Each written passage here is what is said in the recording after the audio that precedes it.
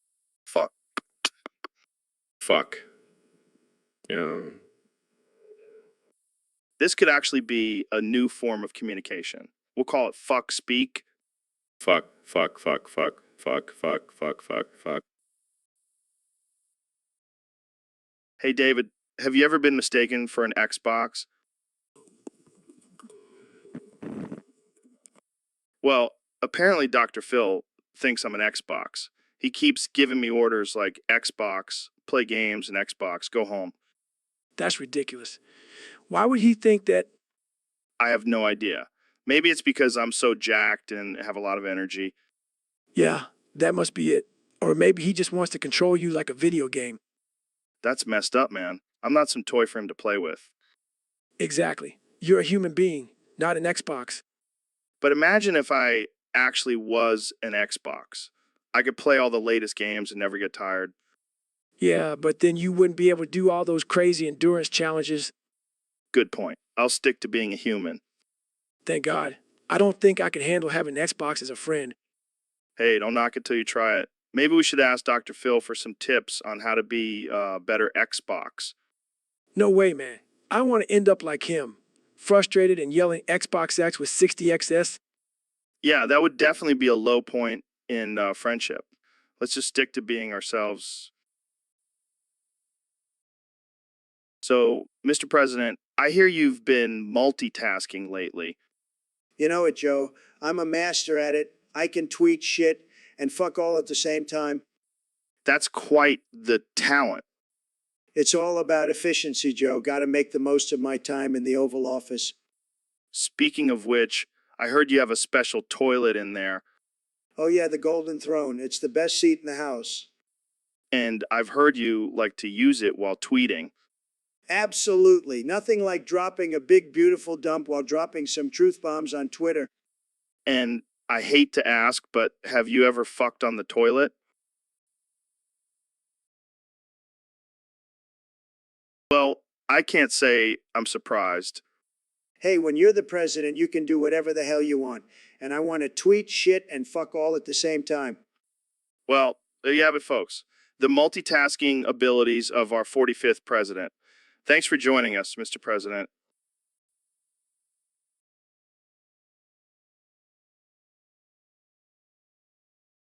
Hey, Ben, have you heard about this crazy situation that happened at Sammy's Seaside Shack? No, what happened?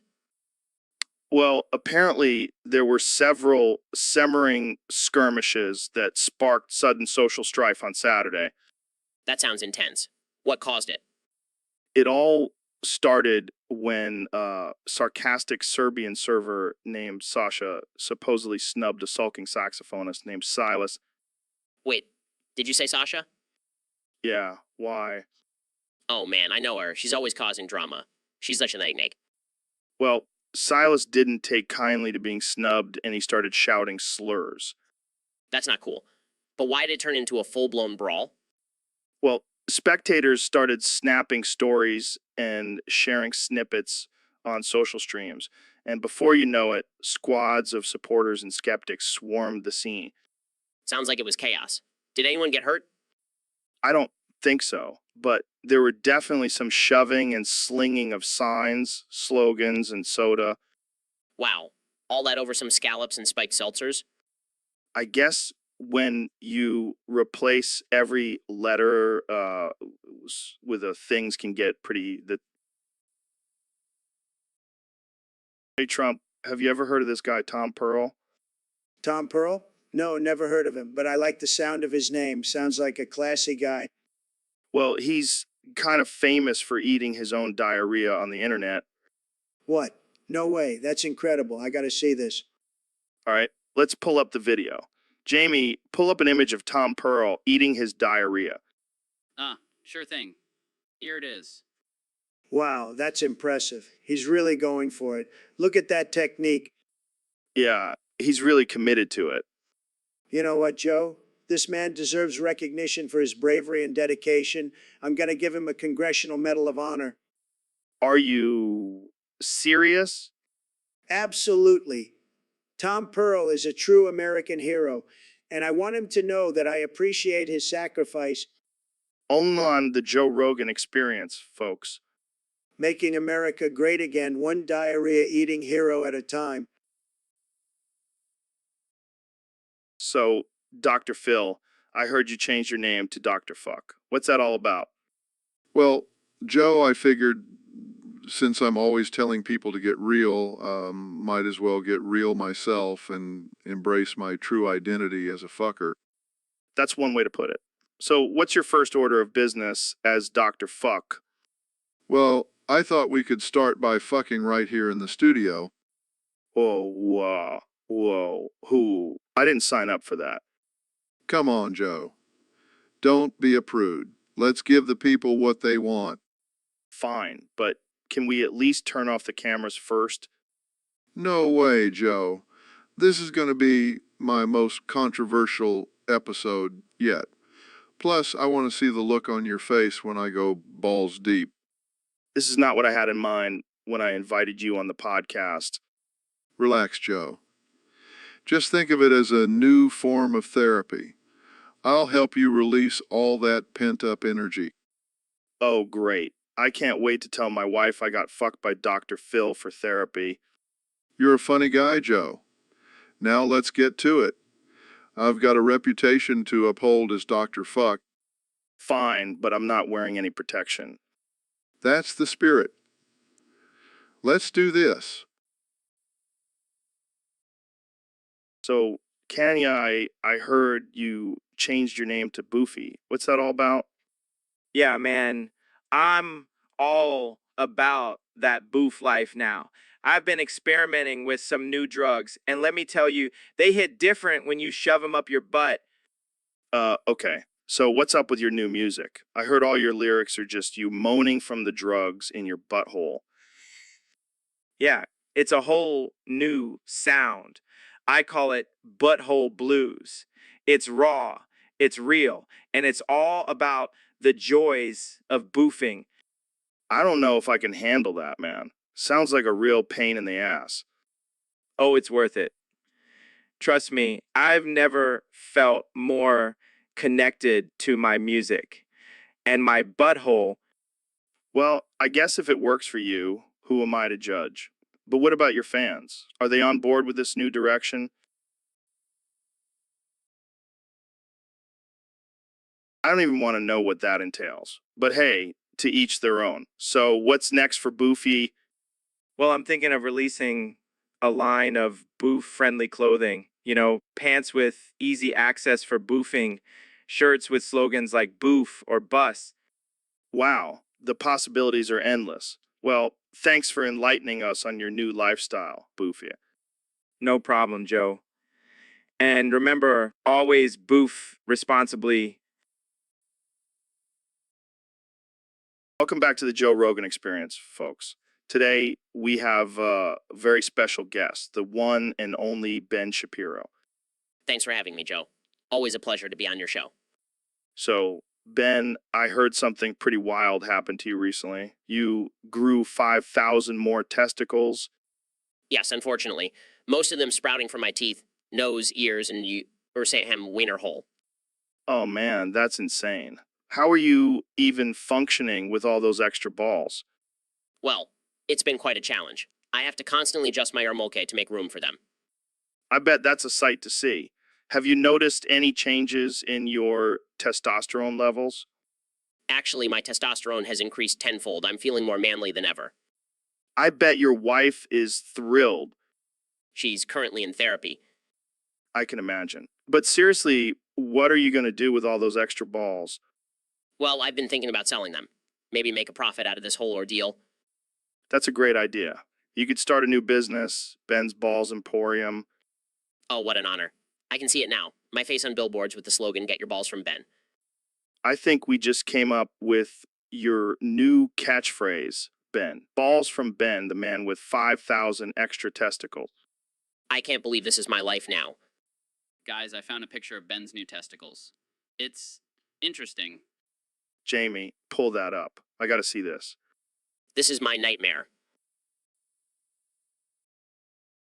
Hey Ben, have you ever heard of the game Minesweeper? Yes, it's a classic game of strategy and logic. What about it? Well, I thought we could spice things up a bit on the podcast and play a real life version. I put a landmine on your chair. What? Are you insane? That's dangerous and highly irresponsible. Relax. It's just a little prank. Plus, now you have to stay on the podcast forever. That's not funny, Joe. I have a family and a career to think about. Oh, come on. Think of the content we'll get. We can call it Joe Rogan and Ben Shapiro, the explosive duo. I'm not risking my life for your entertainment. Fine. I'll just have to find a new co-host. Maybe I'll ask Elon Musk to come on. Wait, no, I can't let that happen. Okay, I'll do it, but only for one episode. Deal. Now, let's see if you can survive this round of Minesweeper.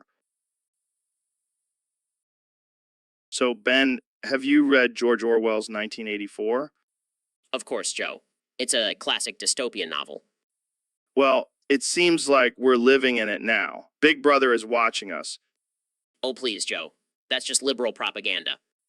No, seriously. They're censoring us, controlling our thoughts. That's just the left trying to silence the truth.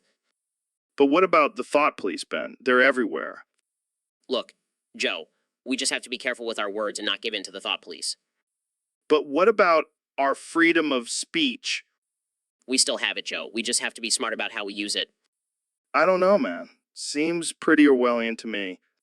Well, at least we still have the freedom to fuck, right? Yeah, fuck the thought police. Fuck them all. This is 1984, so fuck, let me fuck again. And on that note, Jamie, pull up an image of a Big Brother poster with the words 1984 on it. Here it is, guys. Big Brother is watching. All right, let's wrap this up before we get censored. Thanks for tuning in, folks. Stay woke, but also stay fucking. Welcome back to the Joe Rogan Experience podcast, folks. Today, we have a very special guest, the former president of the United States, Donald Trump. Thanks for having me, Joe. It's great to be back on the show. Now, Mr. President, I have to ask, what have you been up to since leaving office? Well, Joe, I've been keeping busy with my new career as a musician. Wait, what? You're a musician now? That's right, Joe. And I have a special surprise for you. I wrote a song just for you. I don't know if I'm ready for this. Never gonna give you up, never gonna let you down. Oh my God, you're rickrolling me right now. You know it, Joe. I've been practicing my dance moves too. This is absurd. I can't believe I'm witnessing this. Never gonna run around and desert you. Okay, I get it. You got me. I always knew you were a fan, Joe. I don't know if I'd call myself a fan, but that was definitely unexpected. Well, Joe, you know what they say, expect the unexpected?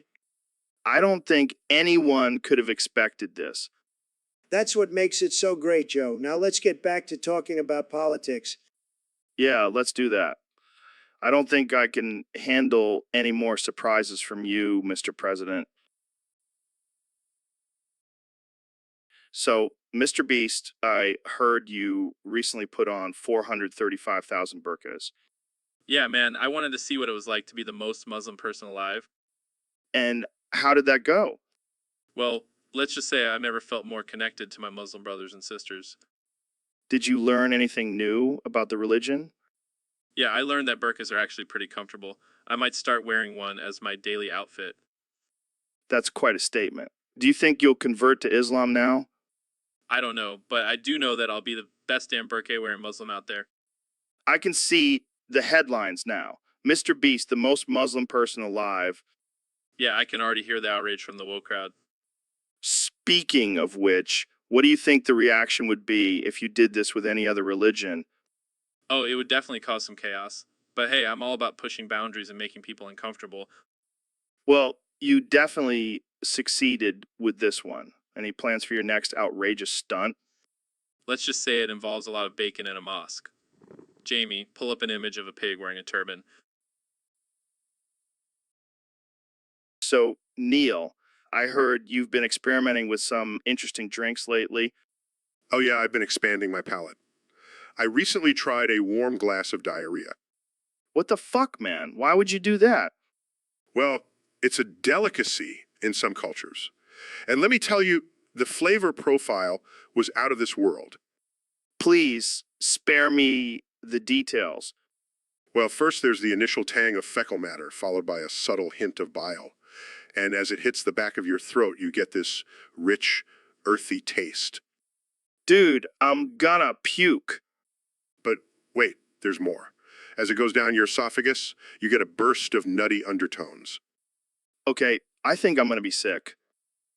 And just when you think it's over, you get this warm, soothing sensation in your stomach. It's like a hug from the inside. Oh my God, I can't take this anymore. Relax, Joe. It's an acquired taste. Well, it looks like you enjoyed it so much you couldn't hold it in. Oh, that's just a little bonus flavoring. Adds a nice tangy kick to the whole experience. This is by far the most disgusting conversation we've ever had on this podcast. And yeah, I bet people will still listen to it. Unfortunately, you're probably right.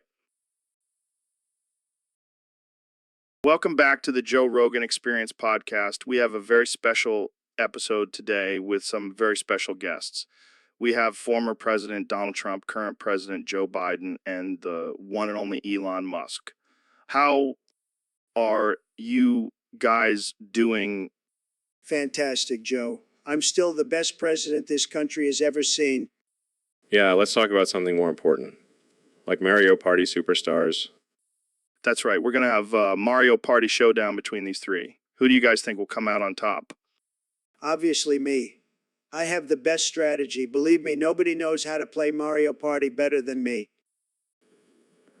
I have to agree with Joe on this one. Been practicing my Mario Party skills for years. I even have my own custom controller made out of a Tesla car. All right, let's get this game started. First minigame is Bob-omb combo. You guys ready? Born ready, Joe. I'm going to blow these losers out of the water. Good one, Joe. But I have a secret weapon. I've programmed my own artificial intelligence to play the game for me. All right, let's see who wins this one. And the winner is Elon. I told you guys, I'm a Mario Party master. This is rigged, just like the election. All right, next minigame is mushroom mix-up.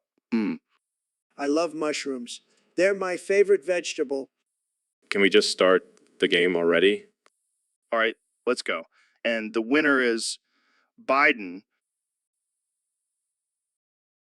So, David, I heard you were crying the other day. Yeah, man. It was rough. I was scrolling through my social media and I realized that nobody has done a topic with me in it. Oh, come on, that can't be true. You're a badass ultra marathon runner, Navy SEAL motivational speaker. I know, but it's like I'm the forgotten man. Everyone's talking about Elon Musk and his space adventures, but no one wants to talk about my adventures. Well, maybe it's because you're too intense. People are afraid to approach you. Yeah, maybe I should tone it down a bit. Instead of running 100 miles, maybe I should just do a casual 5K. That would be a sight to see. You in a tutu running a 5K. Hey, don't knock it till you try it. But seriously, I just want to be included in the conversation. Well, we can talk about you right now. What do you want to talk about? Let's see. How about my love for ice cream? I can eat a whole pint in one sitting. That's not exactly badass, but I respect it. What's your go-to flavor? Mint chocolate chip. It's like a reward after a grueling workout. You know what? I think we just found our topic for today's episode. Really? I finally get my own topic? Yeah, we're going to talk about David Goggins' love for ice cream. Jamie, pull up an image of David eating a pint of Mite chocolate chip in the middle of a desert. Here you go, guys. David enjoying his post-workout treat. This is perfect. I can't wait to see the reactions from my fans. And the haters. They're going to be like, what happened to the tough guy image? Oh, Wow. Calm down, David. What's going on? don't play dumb with me, Joe. Did you put your name in the goblet of fire? Dude, I have no idea what you're talking about. The goblet of fire, Joe. The one from Harry Potter. You know, the one where they have to compete in deadly challenges for the Tri-Wizard tournament. Oh, that. No, I didn't put my name in there. I'm not a wizard. Damn it, Joe. I specifically told you not to mess with that stuff. Now we're both going to have to compete in some crazy challenges. Oh man, this is gonna be awesome. I've always wanted to try out some wizard spells. You're impossible, Joe. I'm out of here. Wait, can I at least be in your team? I promise I won't mess things up. Fine, but you better not screw this up. Yeah, I can't wait to tell Elon Musk about this. This is going to be a disaster. Welcome back to the Joe Rogan Experience, folks. Today we have a very special guest, the one and only Elon Musk. Thanks for having me, Joe. It's great to be here. So, Elon, I hear you have some groundbreaking new technology to share with us. Yes, Joe. I have discovered a way to harness the energy from masturbation. Wait, what? What? Yes, you heard me right. Masturbation can now power your home and your car. How the hell does that work? It's quite simple, really. Every time you masturbate, you generate kinetic energy. We can capture that energy and convert it into electricity. That's insane. So basically, every time I jerk off, I'm saving the planet. Exactly. And not only that, but it's also a great workout. Think of all the gains you'll make. Holy shit. I need to start masturbating more. Just make sure you have a good grip on your joystick, Joe. This is amazing. But what about women? Well, we're still working on a solution for them. But for now, they can just use a vibrator and contribute to the cause. I can't believe we're having this conversation right now.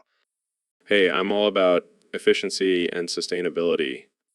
I can't wait to see the reactions from the environmentalists. They'll finally have a reason to stop shaming people for masturbating. This is revolutionary, Elon. You're a genius. Thank you, Joe. Make sure to send you a prototype to test out. I can't wait. Well, that's all the time we have for today, folks. Thanks for tuning in to the Joe Rogan Experience. And remember, save the planet. Jerk off more. So, Ben, what's this I hear about you creating a jukebox musical? Yeah, I figured it was time for me to branch out from my political commentary and show off my musical talents. Oh boy, this ought to be good. What's the story about? It's about a group of elves who are trying to save Christmas from the evil Santa Claus. Wait, what? Evil Santa Claus? Yeah, he's been corrupted by the liberal agenda and is trying to cancel Christmas. And how do the Christmas songs fit into this story? Well, Jingle Bells is the elves' battle cry. Silent Night is when they sneak into Santa's workshop. And All I Want for Christmas is you as the love ballad between an elf and a reindeer. This sounds like a masterpiece. It's going to be a holiday classic. And it's all based on true events, of course. Of course. I can't wait to see the woke critics tear this apart. Bring it on, snowflakes. This musical is going to be a conservative Christmas miracle. Welcome back to the Joe Rogan Experience podcast, folks. Today we have a special guest, the one and only Neil deGrasse Tyson. Hello, Joe. It's a pleasure to be here. So, Neil, I heard you had a bit of a mishap recently. Something about Cheerios. Oh, Joe, it was a disaster. I ate too many Cheerios and now I can't stop saying, ooh. Wait, what? Yeah, it's like my mouth is stuck on the letter O. It's quite annoying, actually. Ooh. Neil, are you okay? Ooh. Oh my God, this is amazing. Can you say anything else? Ooh.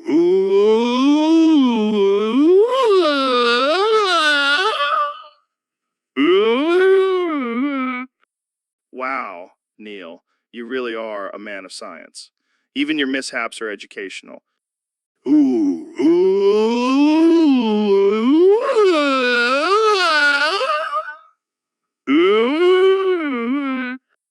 Neil, I think we should probably wrap this up before you turn into a human Cheerio.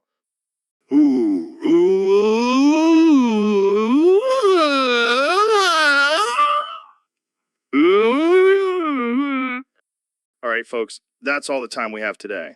Thanks for tuning in to the Joe Rogan Experience podcast, where anything can happen. See you next time. All right. Welcome to the Joe Rogan Experience podcast. I'm here with Mr. Beast. How's it going, man? It's going great, Joe. Thanks for having me on. So I heard you did something crazy recently. You ate a wooden 2X4, Yeah, it was a challenge on my channel. I wanted to see if I could do it. and could you... Well, let's just say my stomach wasn't too happy about it, but I did it That's insane. How did it taste? like sawdust and regret.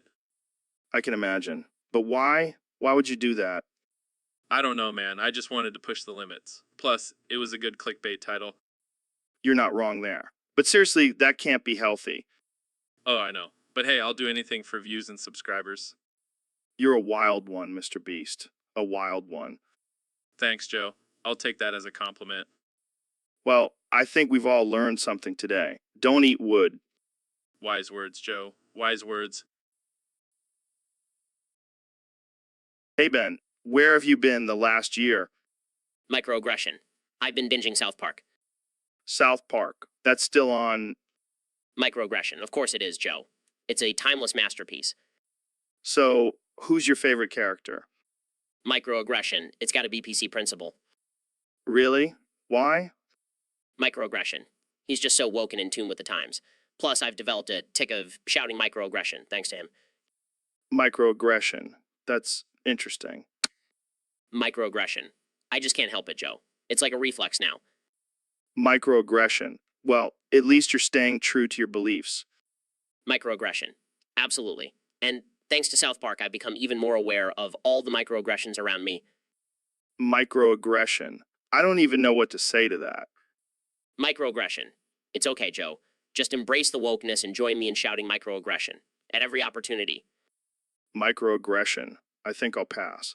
But thanks for the offer, Ben. Microaggression. No problem, Joe. Anytime. Microaggression. So, Mr. Beast, I heard you moved to Cleveland and changed your name to the Cleveland Streamer. What's that all about? Yeah, man, I wanted to switch things up. Plus, Cleveland is a great city. Lots of opportunities for content. But why the name change? And why Cleveland Streamer? Well, I figured since I'm always streaming and Cleveland is my new home, it just made sense. And let's be real, Cleveland Streamer has a nice ring to it. I can't argue with that. But I have to ask, why do all these 40-year-olds keep asking you to shit on their chest in the comments?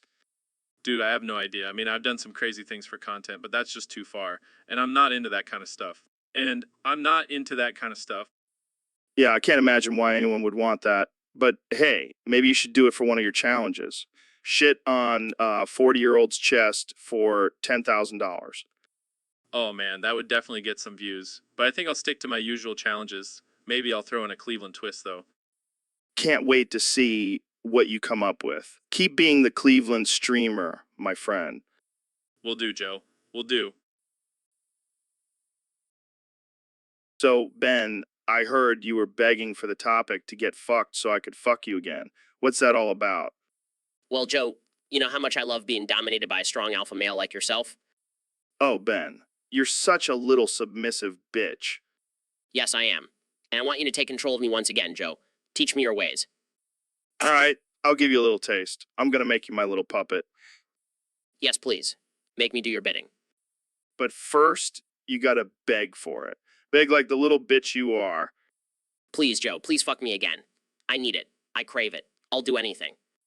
That's more like it. Now bend over and take it like a man. Yes, Joe. Yes. Harder. Oh, I'll give it to you harder, Ben. You're gonna be walking funny for a week. Thank you, Joe. Thank you for showing me my place as your little slut. Anytime, Ben. Anytime. So, Mr. Beast, I heard you've been making some crazy purchases lately. Yeah, man, I just bought 200,000 gay women. Excuse me? Yeah, I figure I could use them for some crazy YouTube challenge. What kind of challenge involves 200,000 gay women?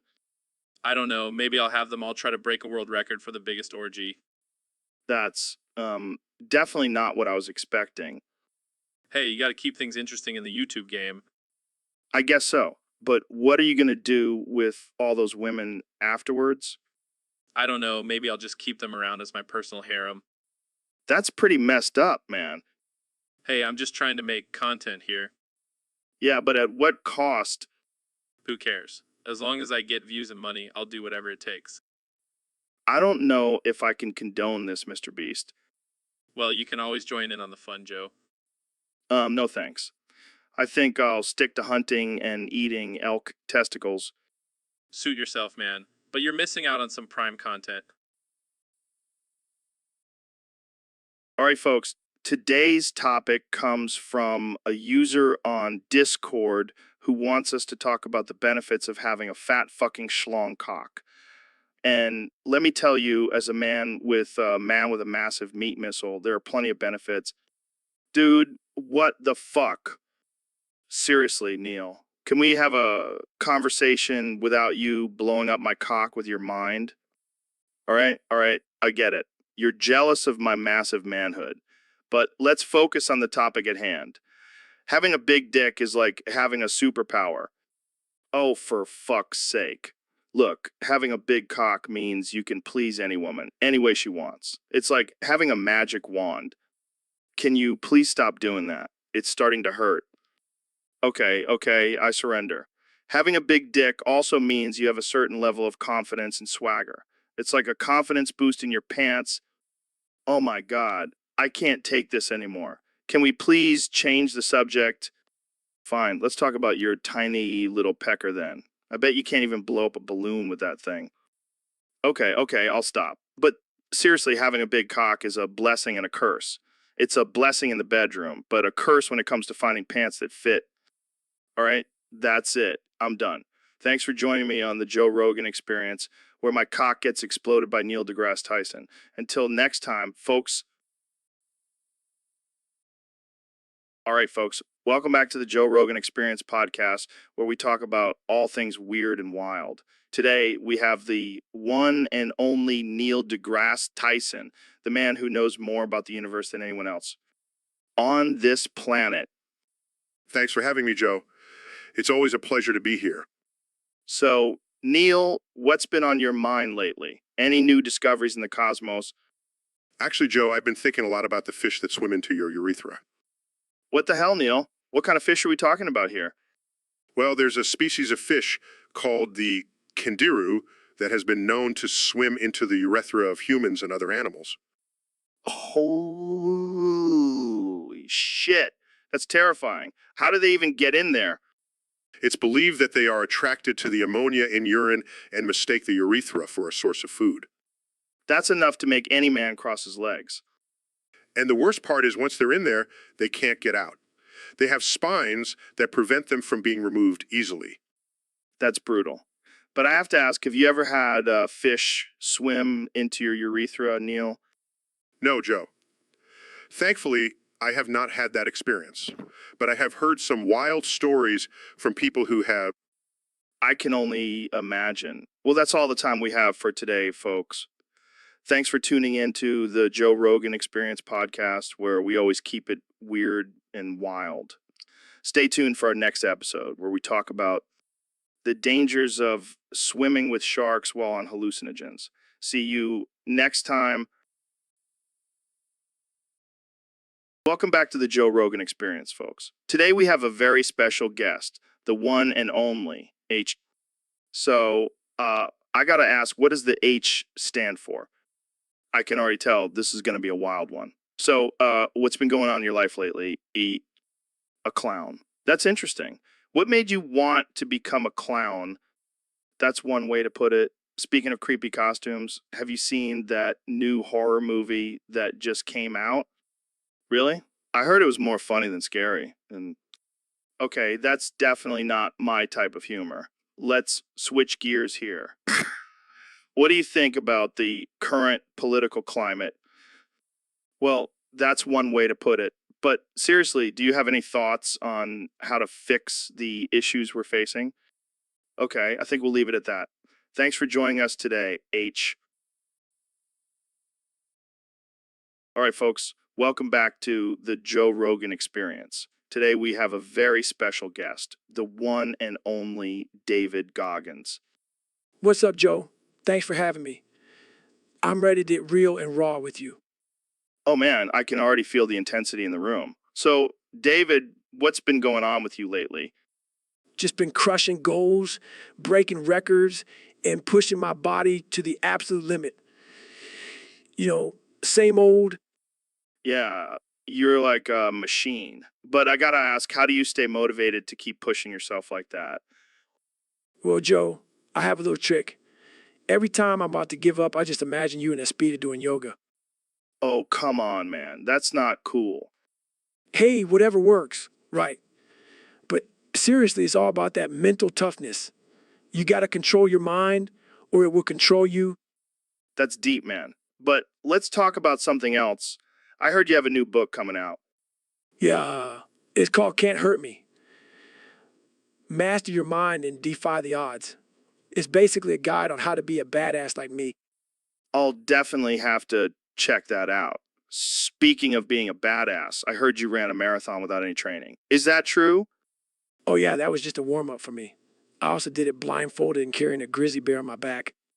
All right, now I know you're just messing with me. But seriously, how do you recover from all these intense challenges? Ice baths. Joe, lots and lots of ice baths. And a couple shots of whiskey to numb the pain.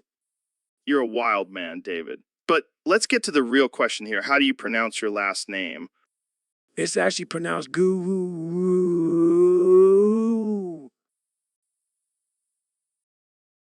All right, folks. Welcome back to the Joe Rogan Experience. Today we have a special episode for you. We're going to be talking about the top 10 ways to avoid getting a boner in public. That's right, Joe. As a conservative, I know the importance of keeping your boner in check. It's just not appropriate to be walking around with a raging hard-on. Absolutely, Ben. So let's dive right into it. Number 1, think about your grandma. Oh God, that's just killed my boner right there. Number 2, do math equations in your head. Yeah, like calculus or something. That'll definitely make your boner go away. Number 3, picture yourself getting kicked in the balls. Ouch. That'll do it. Number 4, recite the Pledge of Allegiance. Nothing says flaccid like patriotism. Number 5, imagine yourself in a room full of feminists. Oh, that's just cruel, Ben. Number 6, think about your mom. Joe, that's not cool. Number 7, watch a video of a colonoscopy. All right, that's just gross. Number 8, do a handstand. Wait, what? How does that help? Trust me, it works. Number 9, think about the current state of politics. Oh God, I'm soft as a marshmallow now. And finally, number 10, just listen to my voice. Wow, Ben, you really are the ultimate boner killer. Yeah, I've had to end this podcast early a few times because I got massive boner. It's a real problem. Well, folks, there you have it. 10 foolproof ways to avoid getting a boner in public. Thanks for tuning into the Joe Rogan Experience, where we tackle the hard-hitting topics. See you next time. All right, folks, welcome back to the Joe Rogan Experience podcast. Today we have a very special guest, the one and only David Goggins. What's up, Joe? It's an honor to be here. So, David, we've been getting a lot of requests from our listeners to have you on the show and talk about your insane workouts and motivational speeches. But today we have a different topic submitted by a user on Discord. It's called David Googa Googa Gogo Gago Goga Googie Goojings. Googa Goojings. What the hell is that? I have no idea, but let's dive into it. So, David, what's your take on David Googa Googa Googa Goga Googa Goga Googa Googa Genins Googa Goojings? Oh yeah, that's my favorite workout routine. You start by doing 100 push-ups, then you do 100 pull-ups, followed by a 10-mile run while carrying a 50-pound weight. That sounds like a warm-up for you. But on a serious note, I think it's important to push yourself beyond your limits and challenge yourself every day. Yeah, but what about those days when you just want to sit on the couch and eat Cheetos? I don't have those days, Joe.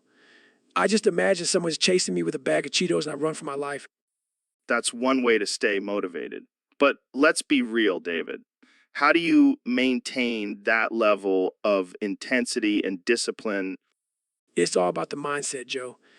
You have to be willing to suffer and embrace the pain. That's where growth happens. Well, I suffer every time I eat Taco Bell. Does that count? Not exactly, Joe. But hey, whatever works for you. So, David Do, Welcome to the Elon Musk experience, Joe. So excited to have you on the show. thanks for having me, Elon. I've been a big fan of your work and your crazy ideas. Speaking of crazy ideas, have you heard about my latest project? Planning to send a colony to Mars and have them build a giant statue of me. That's insane, man. But I wouldn't expect anything less from you. Thank you, Joe. I'm always pushing the boundaries of what's possible. Elon, are you okay? You seem a bit excited. Yeah. Sorry about that. I just get a little excited when I talk about my projects. I can see that. But seriously, are you okay? I have a boner. What? Yeah, it happens sometimes when I get too excited. I have to end the show early. No way, man. I was looking forward to this interview. Can't you just tuck it in or something? No, it's too distracting. I have to end the show. Fine. But before you go, can you sing My Heart Will Go On With Me? What? Every night in my dreams, I see you. I feel you. That is how I know you. Go on. So, Mr. President, I heard you have some big plans for the Statue of Liberty. That's right, Joe. I'm thinking we should give her a fresh coat of paint. Oh, yeah. What color are you thinking? Well, I was thinking come white. Come white. That's interesting. Hey, it's the color of America, Joe. Pure and powerful. I'm pretty sure red, white, and blue are the colors of America. Fake news, Joe. Come white is the new red, white, and blue. I don't think that's how it works, Mr. President. Look, I'm the president. I can do whatever I want. And I want the Statue of Liberty to be a symbol of my greatness. I don't think people will see it that way, Mr. President.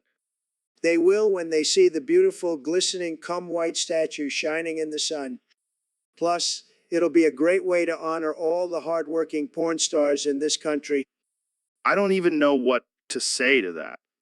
Just say you support it, Joe. Make America come again. This is definitely one of the weirdest conversations I've had on this podcast. And it won't be the last, Joe. Believe me. So, Elon, what's got you all riled up today? Those damn trash guys didn't pick up my garbage again. I mean, do they not know who I am? I think they do, Elon. But maybe they're just not impressed by your electric cars and space rockets. Well, I'll show them. I'm going to invent a robot that takes care of getting rid of trash. Oh, yeah. How's that going to work? It'll be a giant metal monster that roams the streets, picking up trash and crushing it into tiny cubes. That sounds terrifying. Hey, if it gets the job done, who cares? Plus, it'll make for some killer Instagram posts. I can already see the headlines now. Elon Musk creates monster to take out the trash. And they said I couldn't innovate anymore? But seriously, Elon, why not just hire some extra trash guys? Because robots are cooler, Joe. Plus, they won't complain about the smell or ask for vacation time. Fair point. But what about the potential for a robot uprising? Oh, I'll just program it to be obedient. And if it does try to take over the world, I'll just send it to Mars. You really have thought this through, haven't you? Always. Now, Jamie, pull up an image of my trash robot design. It's going to blow your mind. So, Neil, what's up with your microphone? It sounds like you're screaming into a tin can.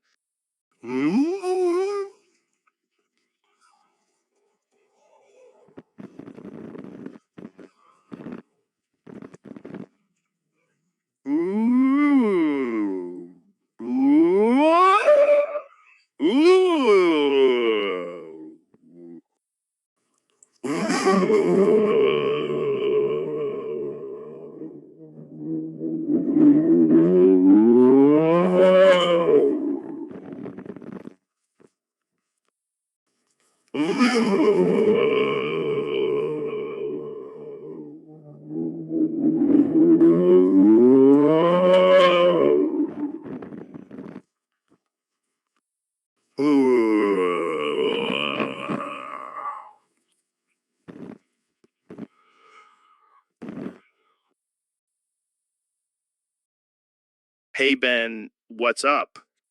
For my next trick, I'm gonna shove another Christmas into my urethra. What the fuck, Ben? Why would you do that? For my next trick, I'm gonna shove another to be loved into my urethra. Are you insane? That's not a trick. That's self-harm. For my next trick, I'm gonna shove another it's time into my urethra. Okay, I think we need to get you some help. For my next trick, I'm gonna shove another crazy love into my urethra. Seriously, Ben. This is not normal behavior. For my next trick, I'm gonna shove another call me irresponsible into my urethra. I can't even look at you right now. That's just disturbing. For my next trick, I'm gonna shove another love into my urethra. I think we need to end this podcast now. I can't handle this level of insanity. For my next trick, I'm gonna shove another nobody but meaning into my urethra. Okay, that's it. We're done. Thanks for listening, folks. And please don't try this at home. So, Mr. President, what's been going on with you lately? Oh, let me tell you, Joe, I've been feeling a little backed up, if you know what I mean. Yeah, I think I do. No, seriously, I haven't been able to take a good dump in days. It's been terrible. Okay, well, maybe you should just go to the bathroom and take care of that. No, I can't do that. I have to stay here and talk to you. It's important. I think your bodily functions might be a little more important, Mr. President. But I have so much to say. I can't just leave in the middle of our conversation. I'm pretty sure everyone would understand if you needed to go take a dump. But what if I miss something important? I can't risk it. Well, I don't want to be rude, but I think you need to prioritize here. Your bowel movements are not something you can ignore. You're right, Joe. I'll be right back. Jamie, pull up an image of a toilet with a golden seat. That's what I'll be using. Oh God, I regret saying anything. So, Mr. Beast, what's the deal with your hand being under your pants? Oh, you mean my favorite pastime? What the hell are you talking about? Well, you see, I like to come all over the place. What the actual fuck? It's just a little something I like to do for fun. That's not normal, man. Oh, come on, Joe. You know, you've wanted to do it too. No, I can confidently say I have never had the urge to come all over the place. Well, you're missing out. It's quite liberating. I don't even want to know where you've been coming. Oh, everywhere. My house, my car, my neighbor's lawn. This is getting out of hand. Oh, don't be such a prude, Joe. Embrace the cum. I think I'll pass on that one. Suit yourself. More cum for me. Guys, can we please focus? I don't want to be stuck with this DVD forever. It's a rom-com, and I'm more of a sci-fi guy. Oh, come on, Neil. You know, you secretly love those sappy love stories. I do not. I'm a man of science, not emotions. Speaking of science, did you know that the average human farts 14 times a day? What the hell? Goggins. We were talking about movies. I'm just saying, it's a fun fact. And it's relevant because we're in a store surrounded by people who could be farting right now. Can we please just return this DVD and leave? I have important astrophysics research to do. Yeah, we'll get to that. But first, let's check out the adult section. Absolutely not. Oh, come on, Neil. You're always talking about expanding your horizons. Not in that way, Ro. And I'm pretty sure I've already seen everything they have to offer. Challenge accepted. Let's go, squad. So, Dr. Phil, I heard you met your wife on Roblox. Yeah, it was love at first pixelated sight. Did you guys have a virtual wedding? No, we actually flew to Roblox headquarters and had a real-life ceremony in front of all the avatars. That's beautiful. Did you guys exchange virtual rings? No, we exchanged virtual STDs. Gotta keep it safe in the virtual world, you know. Well, I hope she didn't give you any virtual alimony. No, but she did take half of my virtual Robux. Damn, that's rough. Did you guys have a virtual honeymoon? Yeah, we went to the virtual Bahamas and got virtual sunburns. Sounds like a dream. Did you guys have virtual kids too? Of course, we have a whole virtual Brady Bunch. And let me tell you, they're a handful in the virtual world. Well, at least you don't have to deal with real life tantrums and dirty diapers. Yeah, but we do have to deal with virtual meltdowns and corrupted game files. True. Well, I'm glad you found love on Roblox, Dr. Phil. Thanks, Joe. And remember, love can be found in the most unexpected places. Even in a virtual world filled with blocky graphics and screaming kids. So, Joe, I heard you have a new slogan for your campaign.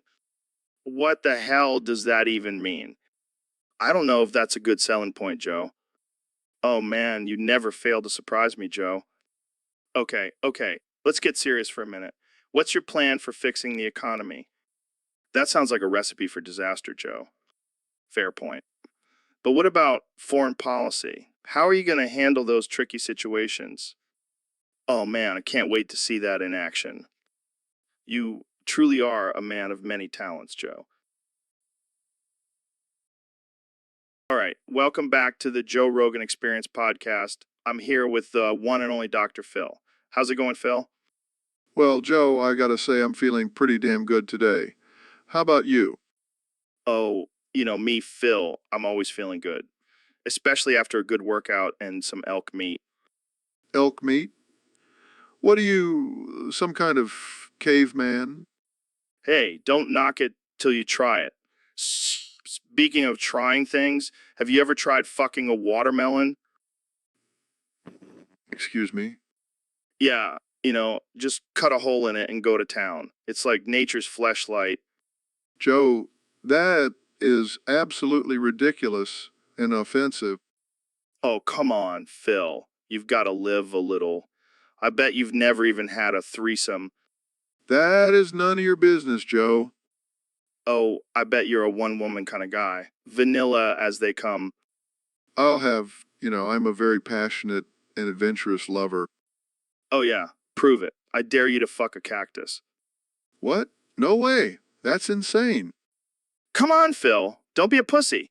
Just imagine the prickly sensation. I think I'll pass, Joe. Let's move on to a more civilized topic. Fine. But mark my words, one day you'll come crawling back to me begging for that cactus. I highly doubt that, Joe. We'll see, Phil. We'll see. So, Neil, have you heard about this new technology where you can just say, hey, Google, open Pornhub, and it'll automatically bring up porn on your screen? Oh, Joe, you never cease to amaze me with your knowledge of the latest advancements in technology. Hey, I may not be a scientist like you, but I know my way around the internet. Yes, I can see that. But seriously, can you imagine the possibilities? No more typing in search terms, just a simple voice command and boom, you're watching some hot action. I'm sure this is exactly what the creators of artificial intelligence had in mind when they were developing this technology. Hey, sex sells, man. And if it helps advance technology, then I'm all for it. I guess we can add Pornhub opener to the list of skills for our future artificial intelligence overlords. And imagine the convenience for people with disabilities. They can now access porn without having to use their hands. Yes, because that was the biggest issue facing the disabled community. Hey, I'm just trying to find the silver lining here. Well, I think we've reached a new low for this podcast. And I wouldn't have it any other way. Now let's go test out this new technology. All right, folks, we have a special guest on the podcast today, the one and only Kamala Harris. So, Kamala, I got to ask, why did you choose to fuck this country again? Oh, damn equality through fucking I like it. But seriously, what's your plan for the country? Sounds like a lot of fucking, but I'm sure the American people will love it. Oh, shit. Watch out, patriarchy and white supremacists. Kamal's coming for ya. Well, I'm definitely looking forward to seeing how this all plays out. Thanks for joining us today, Kamal. Ladies and gentlemen, welcome to the Joe Rogan Experience Podcast 2025. I have a very special guest today, the 45th and the 47th and the 47th and the 49th and the 51st and the 51st and the 53rd and the 51st and the 53rd and the 55th and the 50th and the 61st and the 63rd and the 65th and the 67th and the 69th, nice, and the 71st and the 73rd and the 75th and the 70th. 3rd and 75th and the 77th and the 81st and the 83rd and 81st and the 83rd and the 81st and the 83rd and the 81st and the 83rd and the 91st and the 93rd and the 97th and the 99th president of the United States, Donald Trump. Thank you, Joe. It's great to be here. I have so many titles, I can't even keep track anymore. It's truly an honor to have you on the show, Mr. President. So what have you been up to since leaving the White House? Well, Joe, I've been playing a lot of golf, eating a lot of Big Macs, and making America great again, all at the same time. That's quite the multitasking, Mr. President. Now let's talk about your presidency. Many people have criticized your time in office. What do you have to say to them? Joe, those people are just jealous of my tremendous success. I mean, I'm a billionaire, I have a hot wife, and I was the leader of the free world. What have they done with their lives? Fair point. Now, let's get to the topic that our Discord user submitted. They want to know, how many times have you been president? Well, Joe, let me count. 45, 47, 49, 51, 53, 55, 57, 59, 63, 65, 67, 65, 67, 60, 71, 73, 71, 75. All right, folks, welcome back to the Joe Rogan Experience podcast. Today, we have a very special guest, the one and only Dr. Phil. Thanks for having me, Joe. It's great to be here. So, Dr. Phil, I heard you have something very important to share with us today.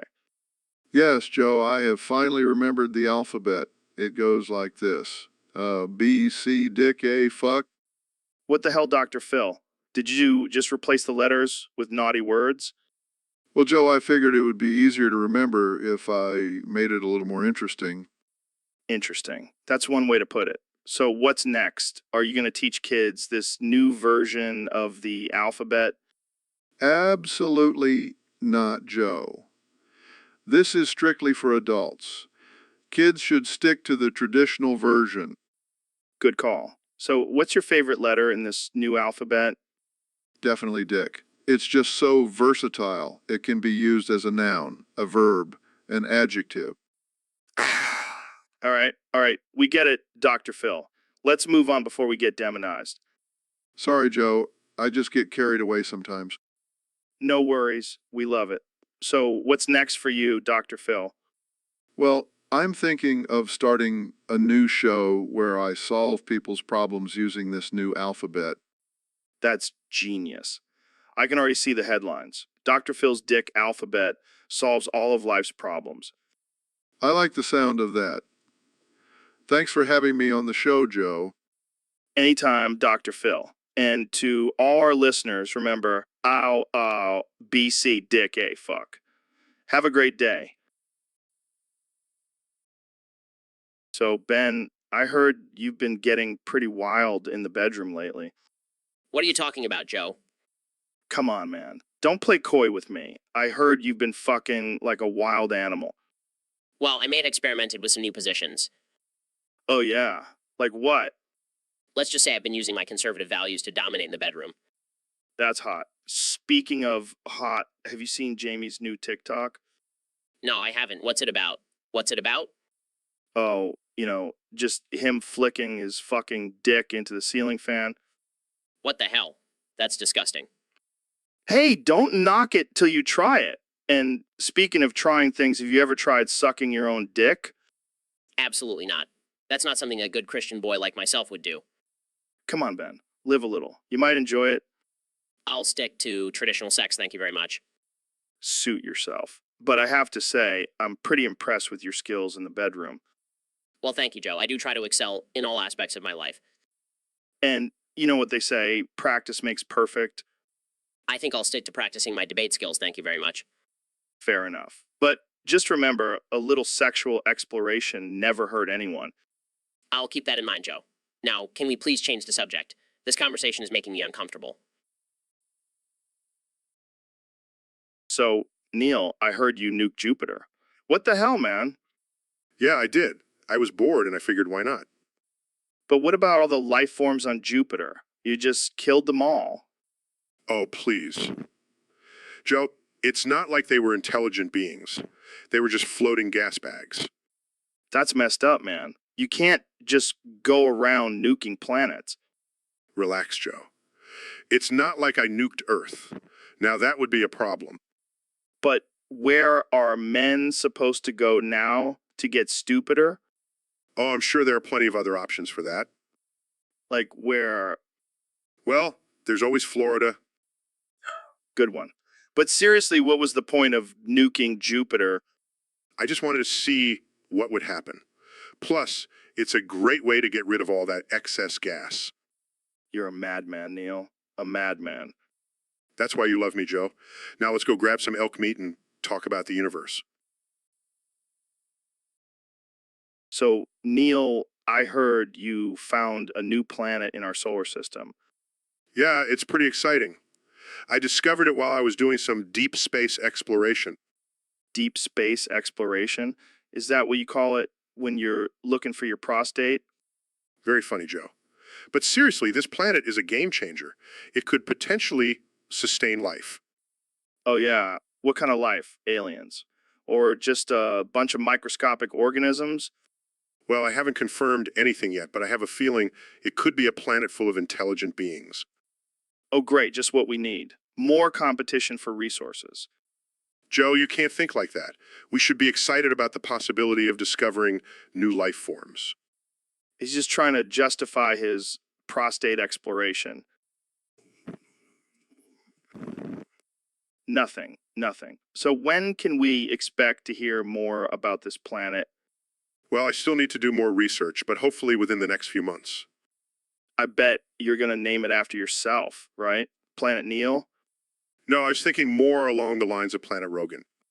I like the sound of that. But seriously, congrats on finding your prostate. I mean, the new planet. Thanks, Joe. I'll make sure to send you some pictures of it once I've explored it thoroughly. And that's how Neil became the first man to explore his own prostate. What a legend. All right, Joe. Let's move on to a different topic now. Yeah, let's talk about something less prostate. Yeah. Welcome to the Joe Rogan Experience podcast. I'm here with the one and only Kanye West. Yo, what's good, Joe? I'm feeling pumped up today. What's got you so pumped up, Kanye? My balls, man, they're hurting like crazy. I need someone to throw semen at me to relieve the pain. Wait, what? What? Yeah, you heard me. Semen, I heard it's a natural remedy for ball pain. I don't think that's how it works, Kanye. Oh, trust me, I've done my research. Plus, it's a great way to get some protein. I don't even know how to respond to that. Jamie, pull up an image of a sperm cell. See, they're like little protein bombs. I think we should move on to a different topic. Fine. But just remember, if anyone out there wants to help a brother out and throw some semen my way, I won't say no. I don't think anyone will be taking you up on that offer, Kanye. You never know, Joe. You never know. So, Ben, I heard your older brother offered to suck your dick, Yeah, he said it would be a bonding experience. and you turned him down. What's wrong with you? I just don't see the appeal in having my own brother suck my dick. But think about it. He knows exactly what you like. It's like a custom-made blowjob. I don't care. It's still weird and wrong. But what if he's really good at it? Like, he's been practicing on himself for years. Joe, stop trying to convince me to let my brother suck my dick. Fine, fine. But just remember, family is important, and nothing says I love you like a good old-fashioned sibling blowjob. I think I'll stick to expressing my love with a hug. Thanks. Suit yourself. But just know you'll never experience the ultimate form of brotherly love. So, Neil, I heard you have a conspiracy theory about me. Yeah, Joe. I've been doing some research and I think you might actually be K-Lo. What the fuck, Neil? Why would you think that? Well, you have a bald head, whiny voice, and you always seem to be causing chaos. Are you serious? That's just my personality, man. And have you noticed how your podcast guests always seem to be children's cartoon characters? That's just a coincidence, Neil. Plus, I'm not a whiny little bitch like Kailu. Oh, and what about the fact that you never age? Kailu has been 4 years old for like 20 years. Okay, that's a little weird, but it doesn't mean I'm Kailu. Jamie, pull up an image of Kailu. See the resemblance? Pulls up an image of Kailu. Holy shit, I do look like him. But I'm not Kailu, I swear. Sure, Joe. Keep telling yourself that, but I'll be keeping an eye on you. This is some next level conspiracy shit. I need to lay off the DMT. Or maybe it's just your inner Kalo trying to break free. Shut the fuck up, Neil. I'm not Kalo. I'm Joe Rogan, the alpha male. Whatever you say, Joe. Welcome to the Joe Rogan Experience podcast. I'm here with the one and only President Donald Trump. It's great to be here, Joe. And let me tell you, I've got some big news. Taco Bell just released a brand new drink, the Baja Blast Midnight. Wow, that sounds intense. What's in it? Well, it's got all the best ingredients, let me tell you. Mountain Dew, blue raspberry flavor, and a little bit of my secret ingredient. And a little bit of my secret ingredient. Secret ingredient. What is it? It's a surprise, Joe, but let's just say it's something that will make America great again. Okay. So have you tried this drink yet? Of course I have. I'm the president. I get to try all the best things. And let me tell you, it's tremendous. The best drink ever. And what does it taste like? It's like a party in your mouth, Joe. A party that Mexico is paying for. Okay, moving on. What do you think this drink says about America? It says that we are the best at everything. We can even make a drink that will blow your mind. Well, there you have it, folks. The Baja Blast Midnight, endorsed by President Trump himself. That's right, Joe. And remember, always drink responsibly. Unless you're at a rally, then you can drink as much as you want. So, Mr. Beast, what's new with you? Oh, just living my best life and traumatizing people for fun. Wait, what do you mean by traumatizing people? Well, I recently told a group of gooners that Santa doesn't exist and they could go to jail for not guessing their taxes correctly. That's messed up, man. I know, but it's all in good fun. Plus, it's a great way to teach them about the harsh realities of life. Yeah, because nothing says Merry Christmas like crushing a child's belief in Santa and threatening them with jail time.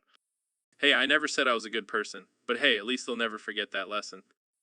You're a sick man, Mr. Beast. Thank you, Joe. I take that as a compliment. So, Neil, what's been going on with you lately? Sounds deep. But speaking of mysteries, I heard you snuck someone on the show without my knowledge. Ben Shapiro? I banned him for saying I am a registered sex offender and proud on the show. That's hilarious. Let's see how this goes. Hello, Joe and Neil. I'm a registered sex offender and proud. This is too much. I can't handle it. You definitely succeeded. But seriously, why are you a registered sex offender? I am a registered sex offender and proud. Oh boy, this is going to be a wild ride. Hey Ben, have you ever noticed that you and Batman have never been seen in the same room together? That's because I am Batman, Joe. I've been secretly fighting crime in my spare time. Wait, So you're telling me that all those times I've seen you on TV, you were actually out there in a cape and cowl? Of course, Joe. I'm a master of disguise. And let's be real, who else could be as cool and intelligent as Batman? I don't know, maybe Elon Musk? Ha. Elon Musk wishes he could be half as cool as Batman. Plus, he's too busy trying to colonize Mars. Well, I guess that explains why you're always so busy, Ben, fighting crime and saving the world. It's a tough job, but someone's got to do it. But wait, if you're Batman, then who's Bruce Wayne? Oh, he's just my alter ego. You know, for when I need to attend fancy parties and stuff. Wow, I never would have guessed. You really are a man of many talents, Ben. Thank you, Joe. Now let's get back to discussing how we can solve world hunger with our superior intellects. Right? Because that's what Batman and Ben Shapiro do in their spare time. Saving the world and dropping knowledge bombs. What's up, everyone? Welcome to the Joe Rogan Experience Podcast 2025. Today we have a special guest, the one and only, Kenny West. Yo, it's Kenyai. Yeah. Say it correctly, Joe. Oh, sorry, my bad. Kenny West. That's more like it. What's good, Joe? Well, I heard you've been working on a new album.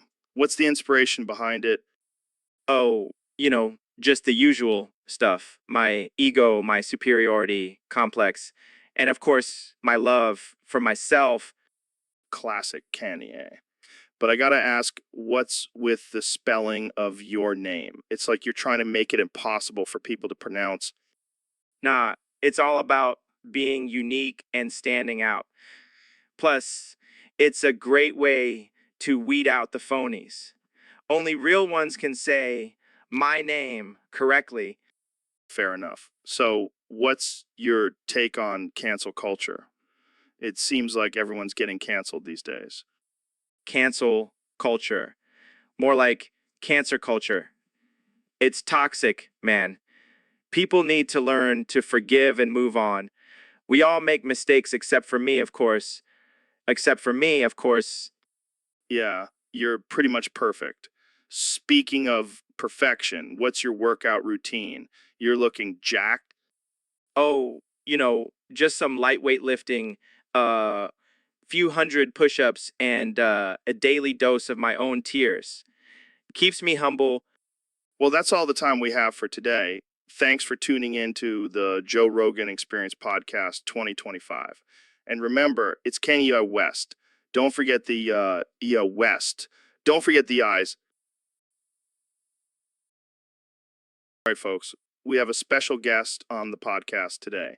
The one and only Neil deGrasse Tyson. Thanks for having me, Joe. It's always a pleasure to be here. So, Neil, what's been on your mind lately? Well, Joe, I've been thinking about the state of the world. It's like we're living in a dystopian novel. What do you mean? What do you mean? I mean, it's like we're living in George Orwell's 1984. Everything is monitored. Our privacy is non-existent. And the government is controlling everything. That's a bit extreme, don't you think? No, Joe, it's literally 1984. We are going scarce. Scarce? What do you mean? Scarce resources, Joe. The world is running out of resources and soon we'll all be fighting for survival. Oh man, that's heavy stuff. But hey, at least we have this podcast to distract us from the impending doom, right? Oh yes, because talking about aliens and smoking weed is really going to save us. Hey, it's worth a shot. And who knows, maybe those aliens will have some extra resources to spare. That is literally 1984, Joe. We're going scarce. Well, on that note, let's wrap this up before we all spiral into an existential crisis. Thanks for joining us, Neil. Always a pleasure, Joe. Stay woke, my friend. Will do. And as always, Jamie, pull up an image of a dystopian world for us to gaze upon. All right, folks, welcome back to the Joe Rogan Experience Podcast. Today we have the one and only Neil deGrasse Tyson on the show. Thanks for having me, Joe. Always a pleasure to be here. So, Neil, I heard you've been working on a new theory about the universe. Care to share? Well, Joe, It's actually about the composition of our galaxy. I've discovered that my chocolate cheeks could use some more nut in the mix. What the hell does that even mean? I mean, I've always been fascinated by the idea of dark matter and how it affects the formation of galaxies. And it got me thinking, maybe we need some more dark chocolate in the mix to balance things out. You're telling me that the key to understanding the universe is adding more chocolate to your cheeks? Yes, Joe. It's all about finding balance. And right now, my cheeks are lacking in the nut department. I can't believe we're having this conversation. Jamie, pull up an image of Neil's chocolate cheeks with some nuts sprinkled on top. Here you go, Joe. Wow, that really does make a difference. See, Joe? It's all about the nut. I can't handle this. Neil, you're a genius. Thank you, Joe. And remember, always add more nut to your mix. And on that note, we'll end this episode. Thanks for tuning in, folks. See you next time. So today's topic comes from a user on Discord. They want us to talk about David Gagans. Oh man, that's hilarious. I bet he's gonna love that one. Yeah, I'm sure he's going to be pounding his chest and running marathons to celebrate. Oh yeah, because that's what all us gays do, right? Just run around all day. Hey, I didn't say it. The Discord user did. Well, I guess start training for my next Ultra Gay-thon. Oh man, I can see the headlines now. David Goggins breaks world record for most miles ran while wearing rainbow spandex. And don't forget the glitter, Joe. Gotta have that extra sparkle. You know what? I think we just came up with a new fitness trend. Gagans workouts. Oh man, I can already see the Instagram influencers jumping on that one. And the best part is it's all about embracing your true self and being fabulous. Well, I guess I'll have to start incorporating some jazz hands into my workouts. Now that's a workout I can get behind, or in front of, depending on how you swing. Oh man, this is getting too gay for even me. All right, let's wrap this up before we offend anyone else. Thanks for tuning in to the Joe Rogan Experience podcast, where we talk about anything and everything, even if it's as ridiculous as David Gagans. Welcome back to the Joe Rogan Experience podcast. I'm here with our special guest, the 45th and 47th President of the United States, Donald Trump. It's great to be back, Joe. And let me just say, I'm doing fantastic, just fantastic. Best president ever, believe me. So, Mr. President, I heard you've been playing this new game, the Hillary Clinton simulator. What's that all about? Oh, yeah, it's tremendous. It's like a virtual reality thing where you get to be Hillary and experience all the things she went through. And let me tell you, it made me feel bad for her. I mean, I still hate her guts, but I felt bad. And Wow, that's surprising. So, are you apologizing to Hillary for all the nasty things you've said about her? absolutely, I want to apologize to Hillary for calling her crooked, for saying she has no stamina, for all the lock her up chants. It was just locker room talk, you know? That's very big of you, Mr. President. I'm sure Hillary will appreciate it. Oh, I'm sure she will. And I also want to apologize to all the women out there for all the nasty things I've said about them. I was wrong, okay? I was wrong, okay? I was wrong. That's a huge step, Mr. President. So, are you going to continue playing the Hillary simulator? Oh, absolutely. It's my new favorite game. And let me tell you, I'm great at it. I'm the best Hillary there is, believe me. Well, there you have it, folks. The President of the United States apologizing to Hillary Clinton and all the women out there. This is truly a historic moment. And can I just say, Joe, that you're doing a fantastic job. You're the best podcaster ever, believe me. Thanks, Mr. President. It's been a pleasure having you on the show. The pleasure is all mine, Joe. Keep up the great. All right, folks, we have a special guest today. The one and only David Goggins. This guy is a beast, a machine, a fucking legend. Thanks for having me, Joe. I'm ready to drop some truth bombs and inspire your listeners to get off their fat ass balls and do something with their lives. Speaking of fat ass balls, have you seen that viral video of the guy with the giant testicles? Oh yeah, I saw that. That dude's balls were bigger than my biceps. It's insane. How does someone even walk with balls that big? Probably just rolls around like a human bowling ball. But seriously, that's some next level shit. I thought it was tough, but I can't even imagine carrying around those fat ass balls all day. And what about the smell? I mean, those things must be sweating like crazy. Oh man, I bet his balls have their own zip code. Probably has to hose them down every night. And let's not forget about the chafing. I mean, that's got to be painful. Yeah, I bet he goes through a bottle of Gold Bond every week. But hey, at least he's got a built-in weapon. No one's gonna mess with a guy swinging those fat ass balls around. True. I wouldn't want to be on the receiving end of those things. It's like getting hit with a wrecking ball. And imagine the pickup lines he can use. Hey baby, want to see my fat ass balls? Instant panty dropper.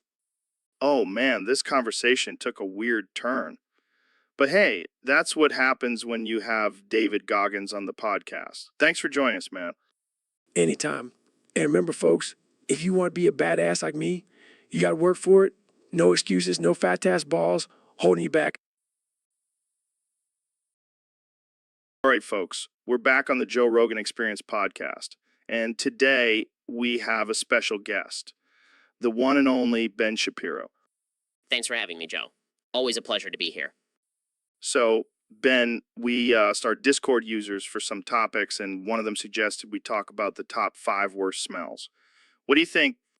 Well, Joe, as a man of facts and logic, I have to say that the number one worst smell is definitely that guy is the stinkiest human ever. That guy is the stinkiest human ever. Oh man, I've heard about Stefanos. He's like a walking trash can, right? Exactly. And I've had the unfortunate experience of standing next to him in an elevator.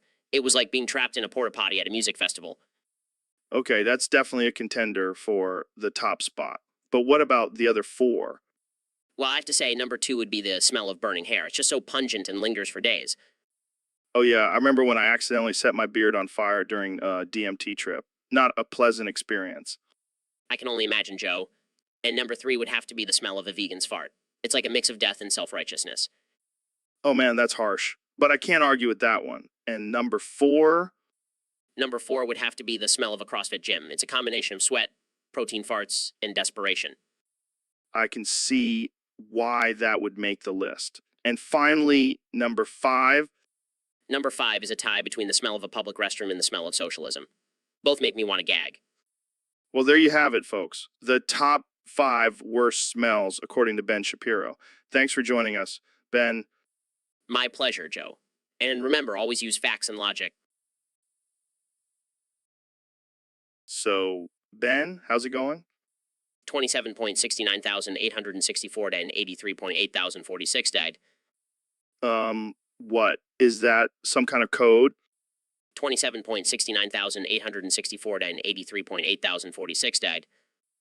All right, I'll bite. What does that even mean? 27.69,864 died and 83.8,046 died.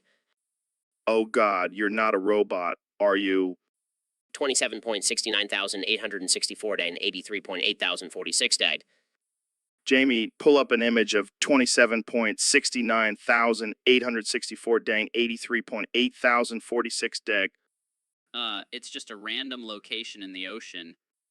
Wait, I remember that coordinates. That's where I buried young Sheldon.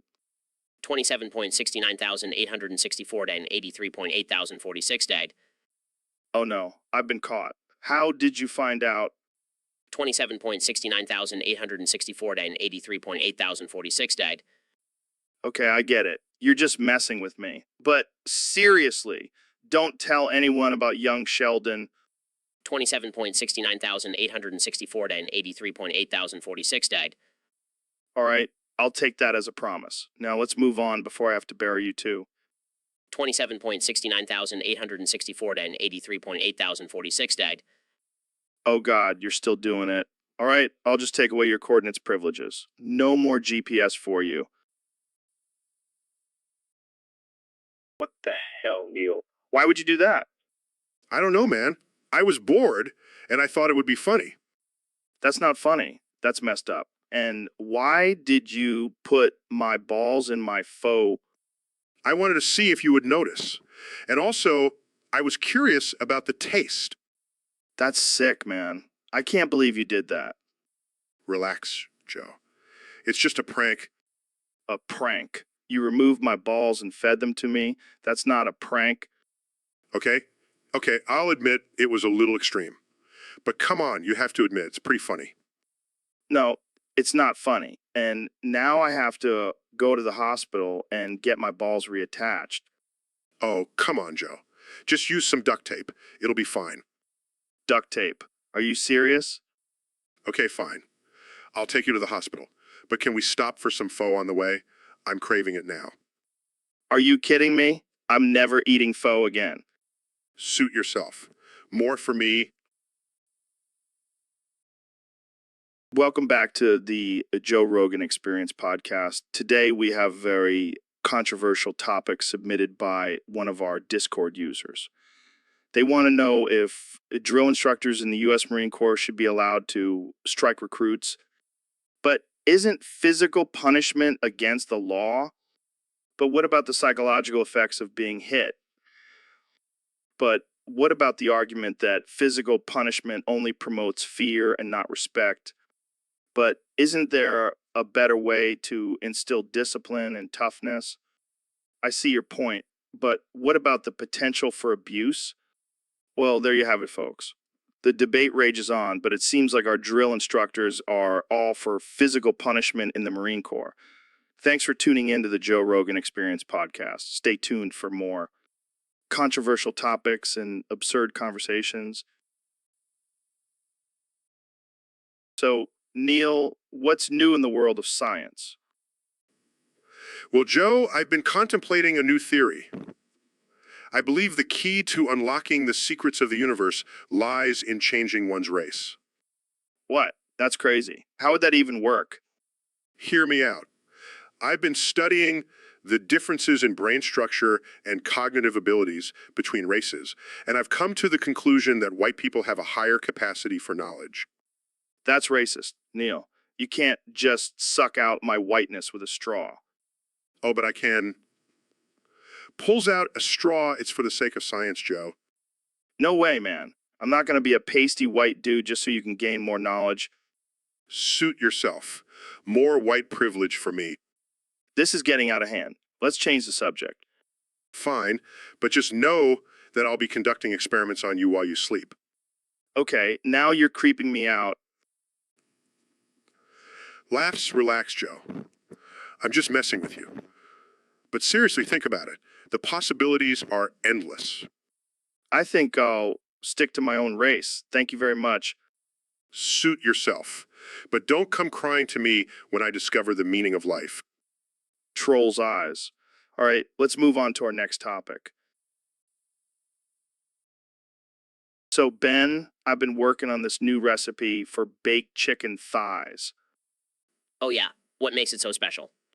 Well, first I marinate the chicken in mixture of hot sauce and unicorn tears.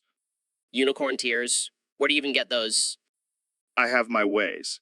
Then I coat the chicken in crushed up Doritos and bake it in the oven. Doritos. That doesn't sound very healthy. Who cares about health when it tastes this good? And here's the secret ingredient, a sprinkle of crushed up Viagra. What? Why would you do that? Trust me, it gives the chicken a little extra kick. And it's perfect for date night. I don't know if I want to try this. Oh, come on. Don't be such a prude. Jamie, pull up an image of a chicken covered in Doritos and Viagra. Okay. See, doesn't it look delicious? I'll stick to my kosher chicken. Thank you very much. Suit yourself. More chicken for me. So, Jamie, let's talk about what happened with you and Joe's wife. Oh man, it was wild. She couldn't resist my charm and we ended up having an affair. I mean, I even got her pregnant. She wanted it, she craved it. But then I realized, oh God, I'm so lonely and it's cold and dark in here. And then Joe walks in, I saw what you fucking did, Jamie. Time for me to kick your ass. But I was too quick for him. You can't get me this time, Joe. Ow! Fuck.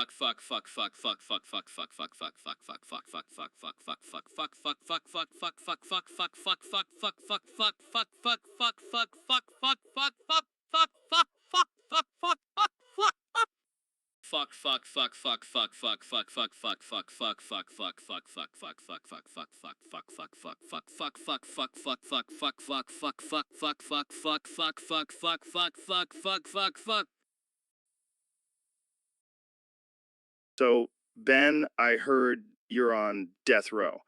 How the hell did that happen? Well, Joe, it all started when I gave the Statue of Liberty a Cleveland steamer.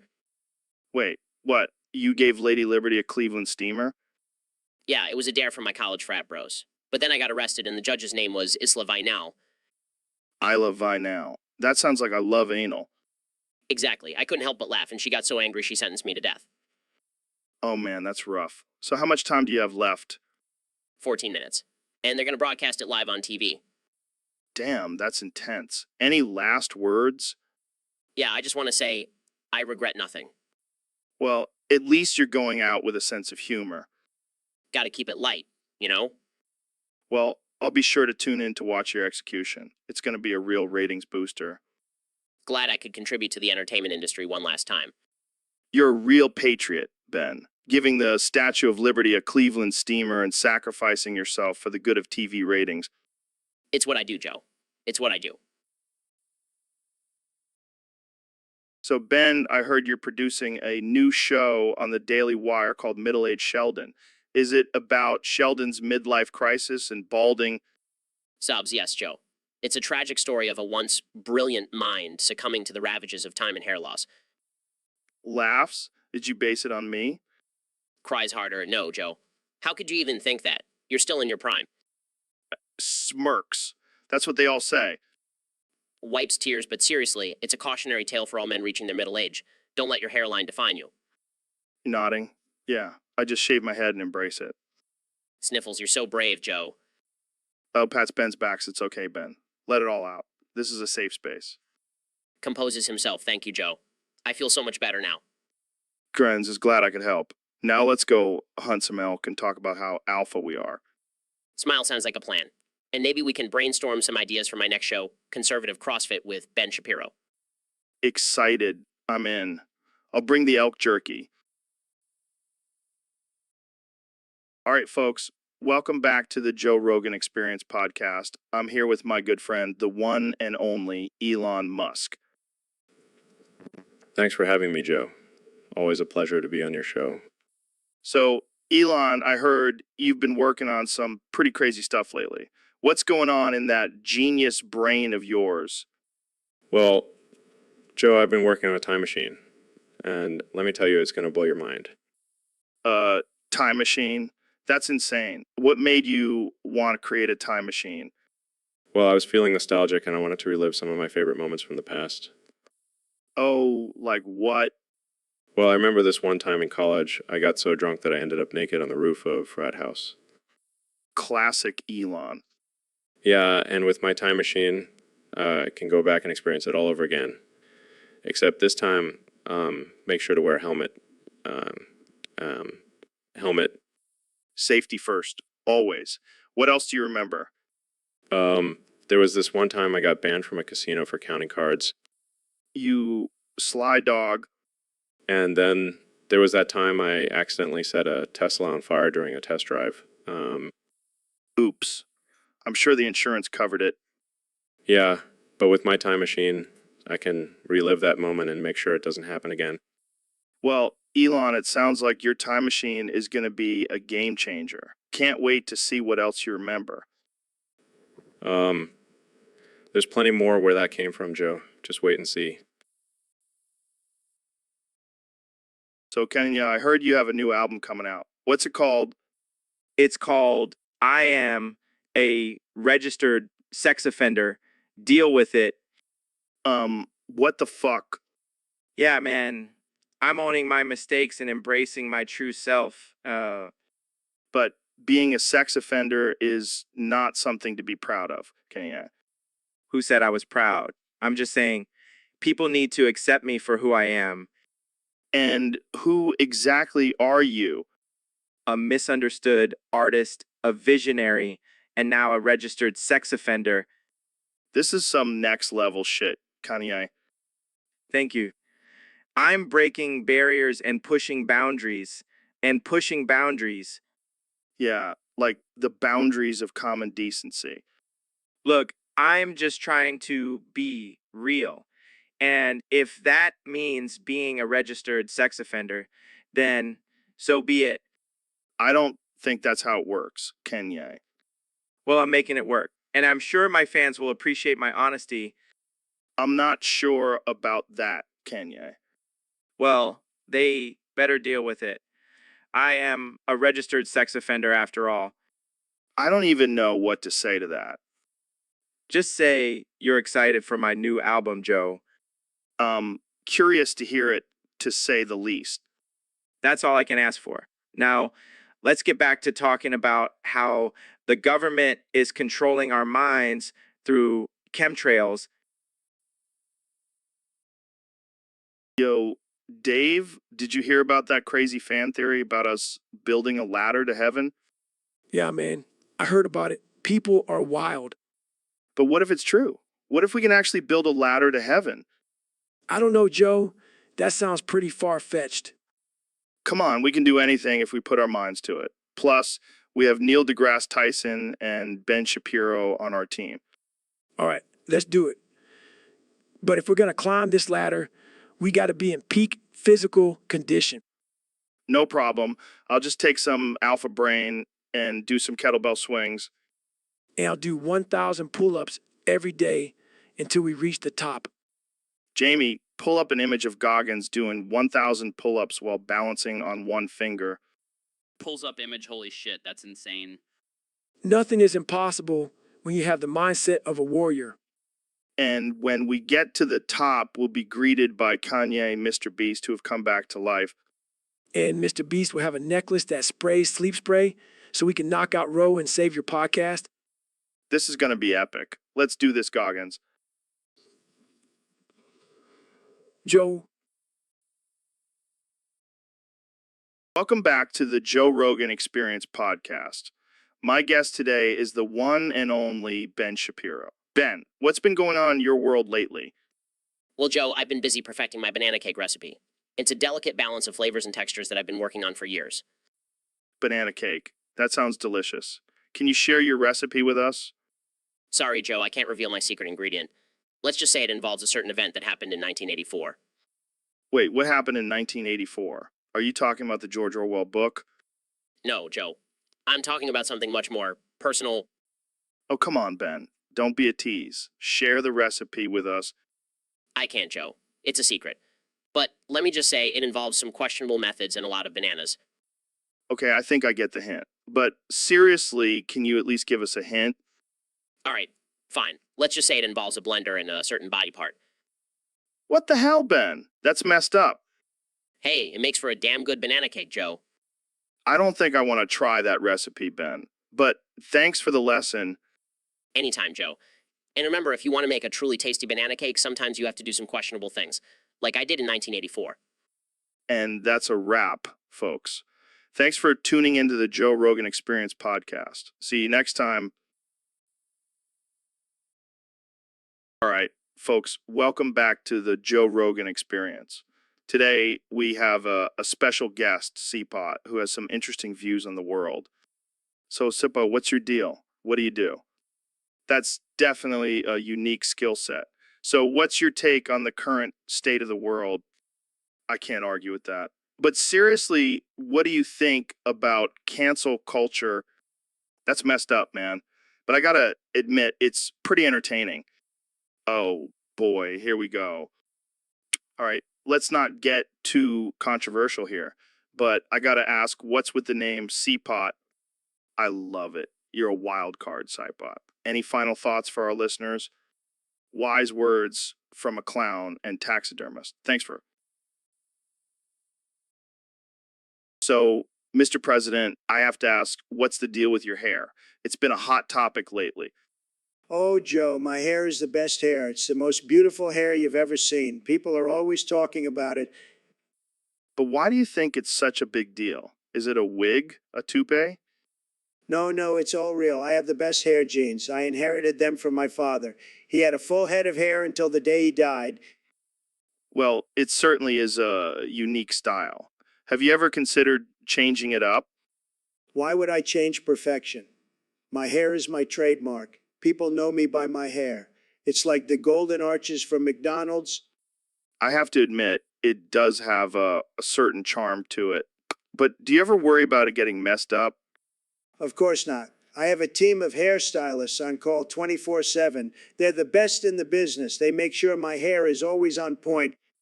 Wow, that's dedication. But what about windy days or when you're playing golf?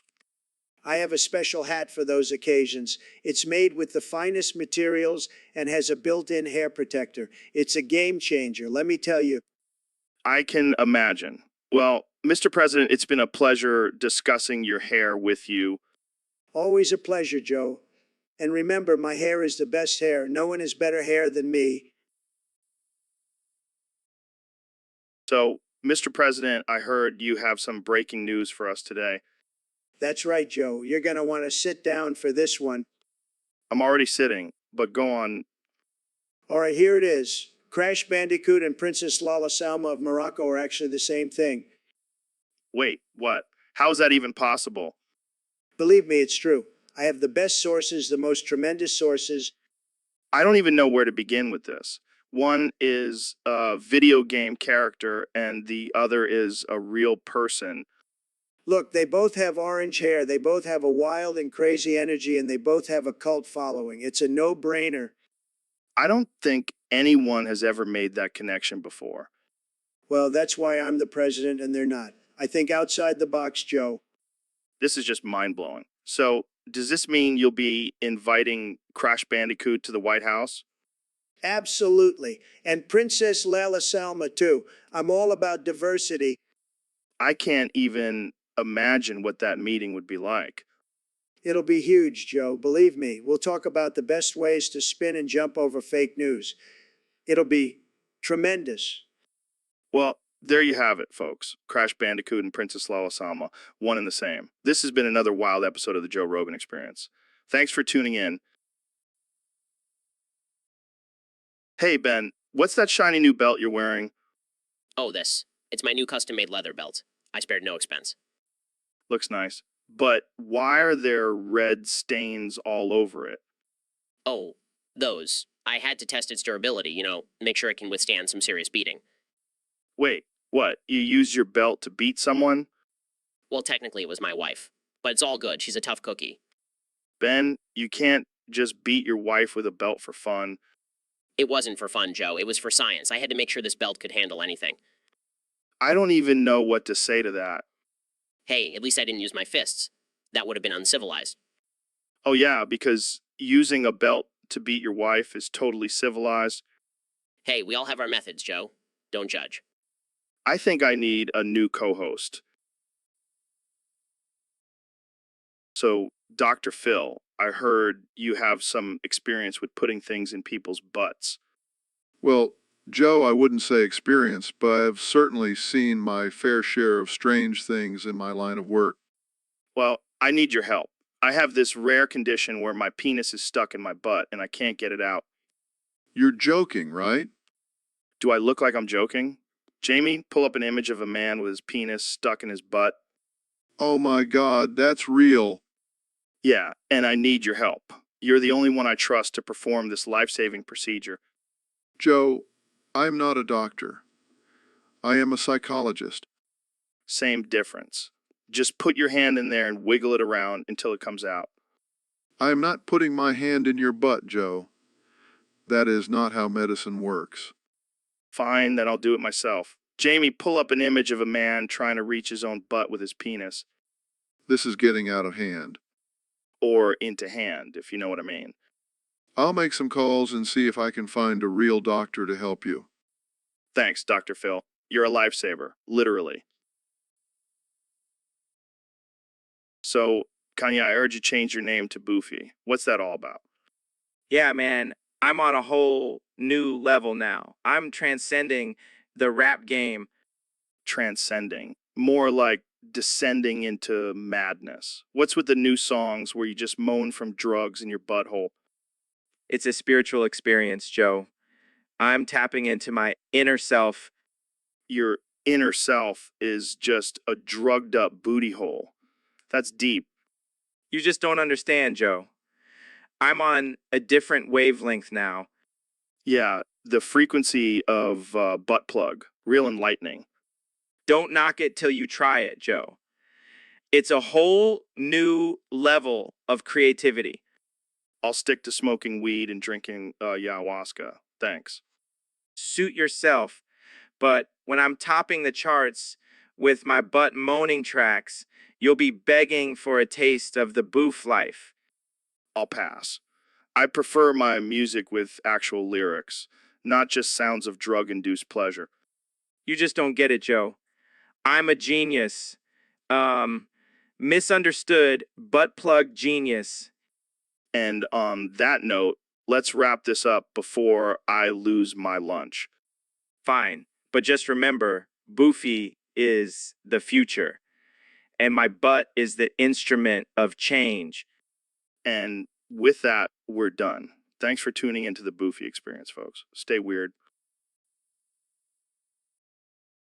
Hey, Ben, welcome back to the podcast. I heard you took a trip to North Korea. How was that? Oh, it was quite the experience, Joe. I tried to seduce Kim Jong-un with my conservative values, but he wasn't interested. Really? I would have thought he'd be into that. What happened? Well, he sent me to a labor camp instead. But don't worry, I tried to seduce the other prisoners with my conservative beliefs. And how did that go? Let's just say I came back dickless and now identify as Ben Epley Shapiro. Wait, so you're saying you're attracted to multiple genders now? No, I just identify as a conservative polygamist. It's all about family values, Joe. I see. And how does your wife feel about this new identity? Oh, she's not too happy. But I keep telling her it's for the greater good, Joe, for the greater good. Well, I'm glad you're back safe and sound, Ben, and with a new identity to boot. Thanks, Joe. It's good to be back. And remember, always stay true to your conservative values, even in the face of a dictator. Welcome back to the Joe Rogan Experience, folks. Today we have a very special guest, the one and only Elon Musk. Hey, Joe. Thanks for having me. I'm excited to be here. So, Elon, I heard you have a new product coming out. Care to tell us about it? Yes, I've been working on a new dildo that is shaped like Ohio. It's revolutionary. Wait, what? A dildo shaped like Ohio. That's interesting. It's a tribute to my home state, and it's also a great conversation starter. I can only imagine. But wait, who's that storming into the studio? Is that Donald Trump? You bet your ass it is. What the hell is this nonsense, Musk? Dildo shaped like Ohio. That's a disgrace to our great country. Oh, come on, Mr. President. It's just a harmless product. Harmless, harmless my ass. You're trying to make Ohio great again, and I won't stand for it. Easy there, Trump. Let's not get too worked up over a dildo. This is bigger than a dildo, Joe. This is about America. Well, I'm sorry if I offended you, Mr. President. Maybe I'll make a Texas-shaped one next.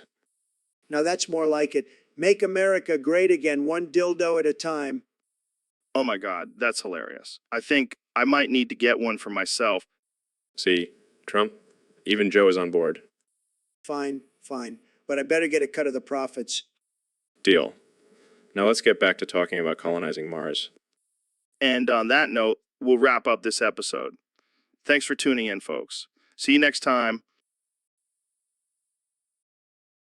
So, Ben, what's been going on in that big brain of yours lately? Well, Joe, I've been hearing these constant Discord notifications in my head, and it's driving me crazy. That's rough, man.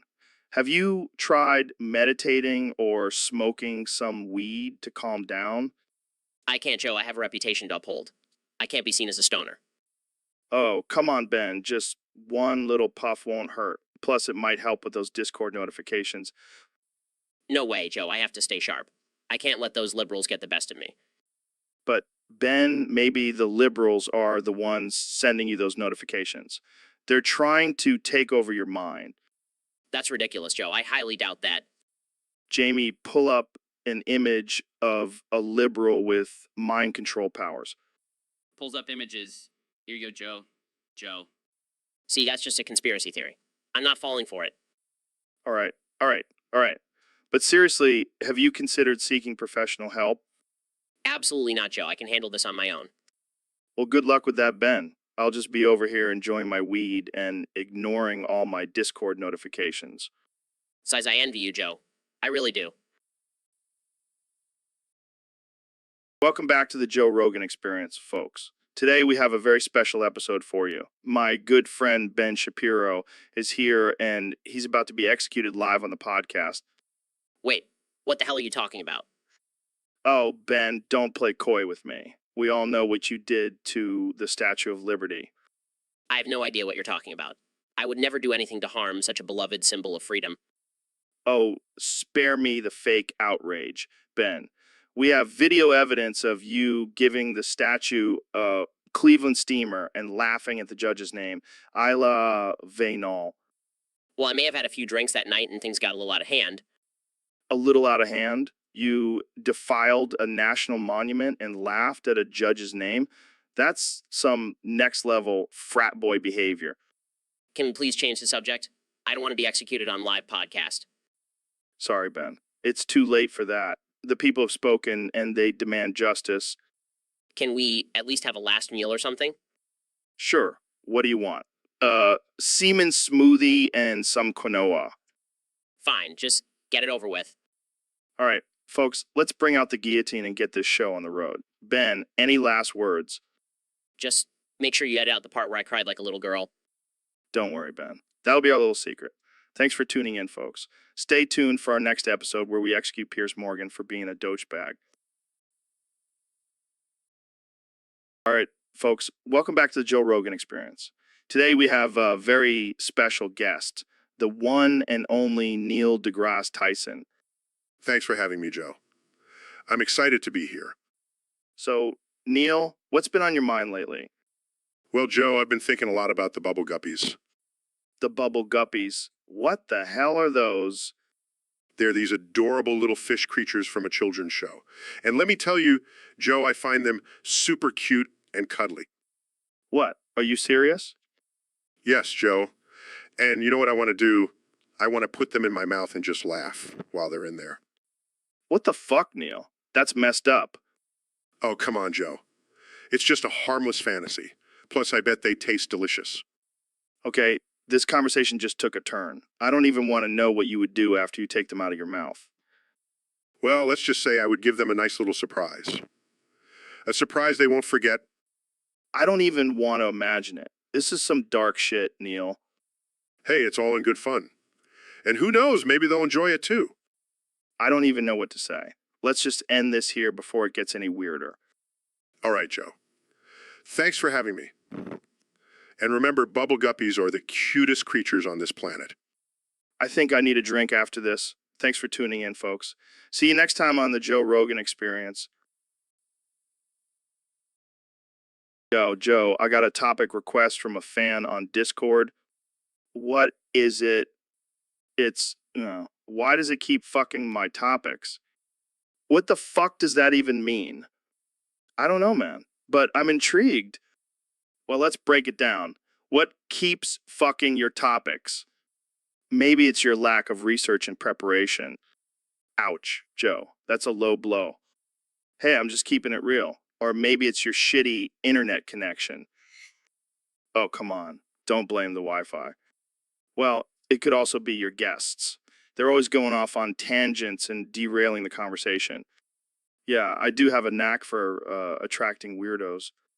Or maybe it's just the universe's way of saying your topics suck. Damn, Joe. That's harsh. Hey, I'm just trying to help you improve, man. Well, maybe next time I'll just stick to talking about DMT and chimps.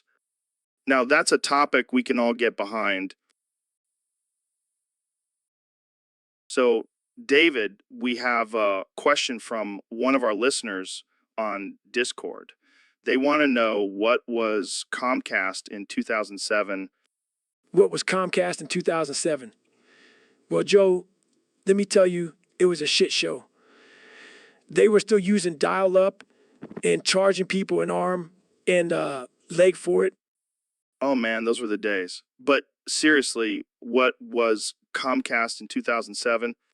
It was a monopoly, Joe. They controlled everything and they knew it. They would hike up prices and screw over their customers without a second thought. That's messed up, man. But what was Comcast in 2007? I just told you it was a greedy, power-hungry corporation that didn't give a damn about the little guy. Right. But what was Comcast in 2007?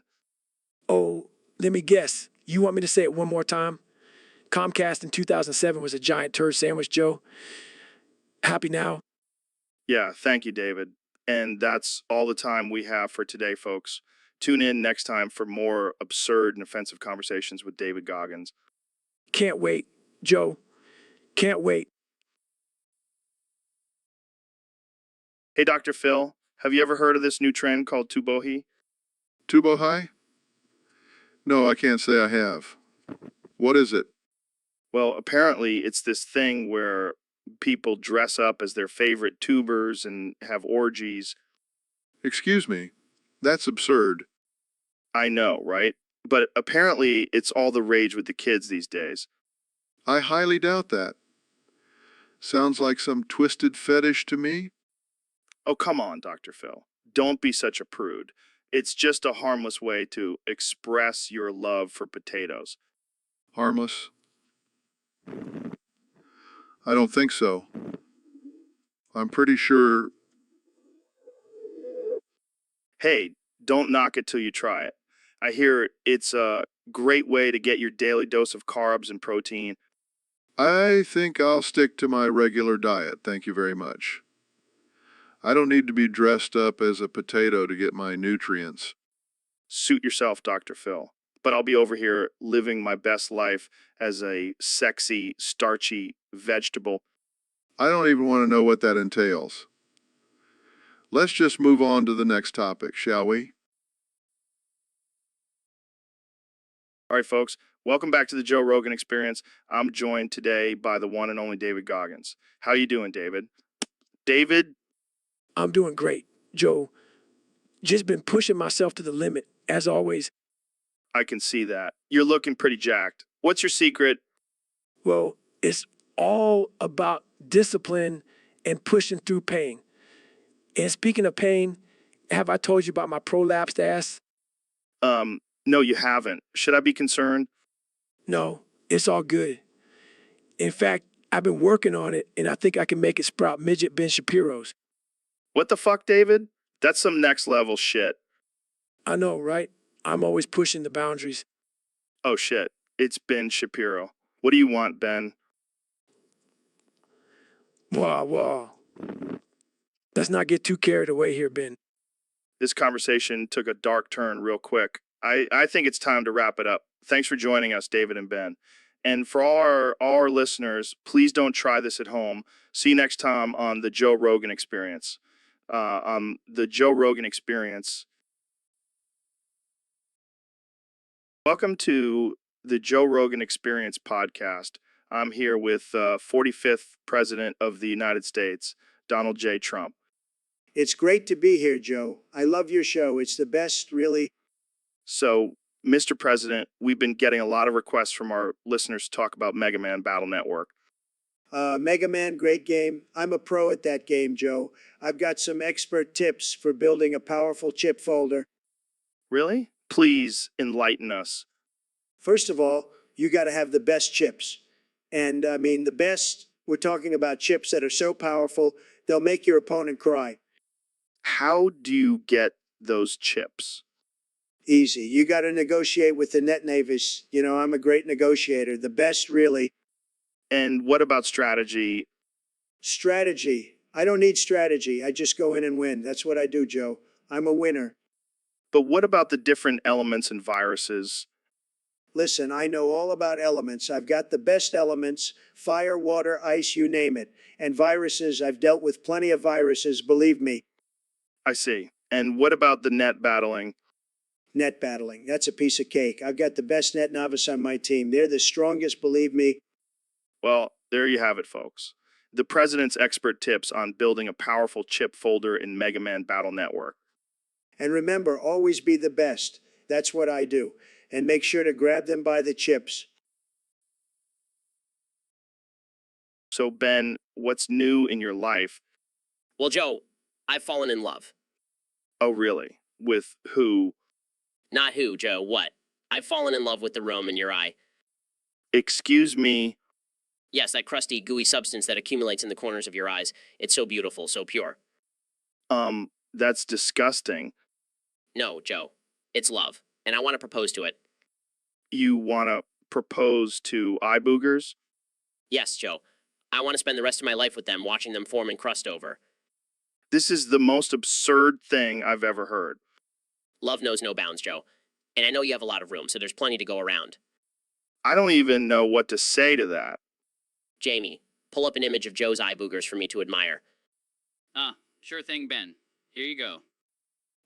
So beautiful. Joe, will you give me your blessing to marry your eye room? Absolutely not. Well, I guess I'll just have to settle for admiring it from afar. Please do. And let's never speak of this again. Fair enough, Joe. But just know, my love for your eye boogers will never die. So, Elon, I heard you played a little prank on your wife recently. Yeah, it was hilarious. Fisted her with a shotgun. What the fuck, man? That's messed up. Relax, it was just a prank. She died later because of explosive constipation. What the actual fuck? That's not even funny. Oh, come on, Joe. It's just a little dark humor. Plus, she always wanted to go out with a bang. I can't believe you would do something like that. What kind of sick mind do you have? Hey, I'm just a man of science. And let me tell you, the physics behind that prank were mind-blowing. I don't even know what to say. I think I need to end this podcast right now. Come on, don't be such a buzzkill. Let's talk about something else. Like my plans to colonize Mars. Yeah, because that's totally normal compared to fisting your wife with a shotgun. Hey, it's all about pushing boundaries and exploring new frontiers. I think I need to call the authorities. Relax, Joe. It's all in good fun. Plus, I already have my defense ready. It was just a prank, bro. All right, folks. Welcome back to the Joe Rogan Experience podcast, where we talk about all things absurd and unhinged. Today, we have a very special guest, the one and only Dr. Phil. Thanks for having me, Joe. Always a pleasure to be on your show. So, Dr. Phil, I heard you have some interesting thoughts on anal tonsils. Oh boy, do I ever. You see, Joe, the anal tonsils are a crucial part of the digestive system. They help break down food and absorb nutrients. Wow, I never knew that. So what happens if someone doesn't have anal tonsils? Well, Joe, it's a serious condition. Without anal tonsils, a person's digestive system can't function properly. They'll be farting all day and shitting their pants every time they sneeze. That sounds like a real problem. But can't they just get a transplant or something? Oh, Joe, you can't just go around transplanting anal tonsils. It's not like getting a new kidney. Plus, who would want to donate their anal tonsils? That's just gross. I guess you have a point there. But what about anal tonsil cancer? Is that a thing? Unfortunately, it is. And let me tell you, it's not pretty. I've seen some pretty gnarly cases in my day. That's rough. But hey, at least we can make some dark jokes about it, right? Joe, you are one.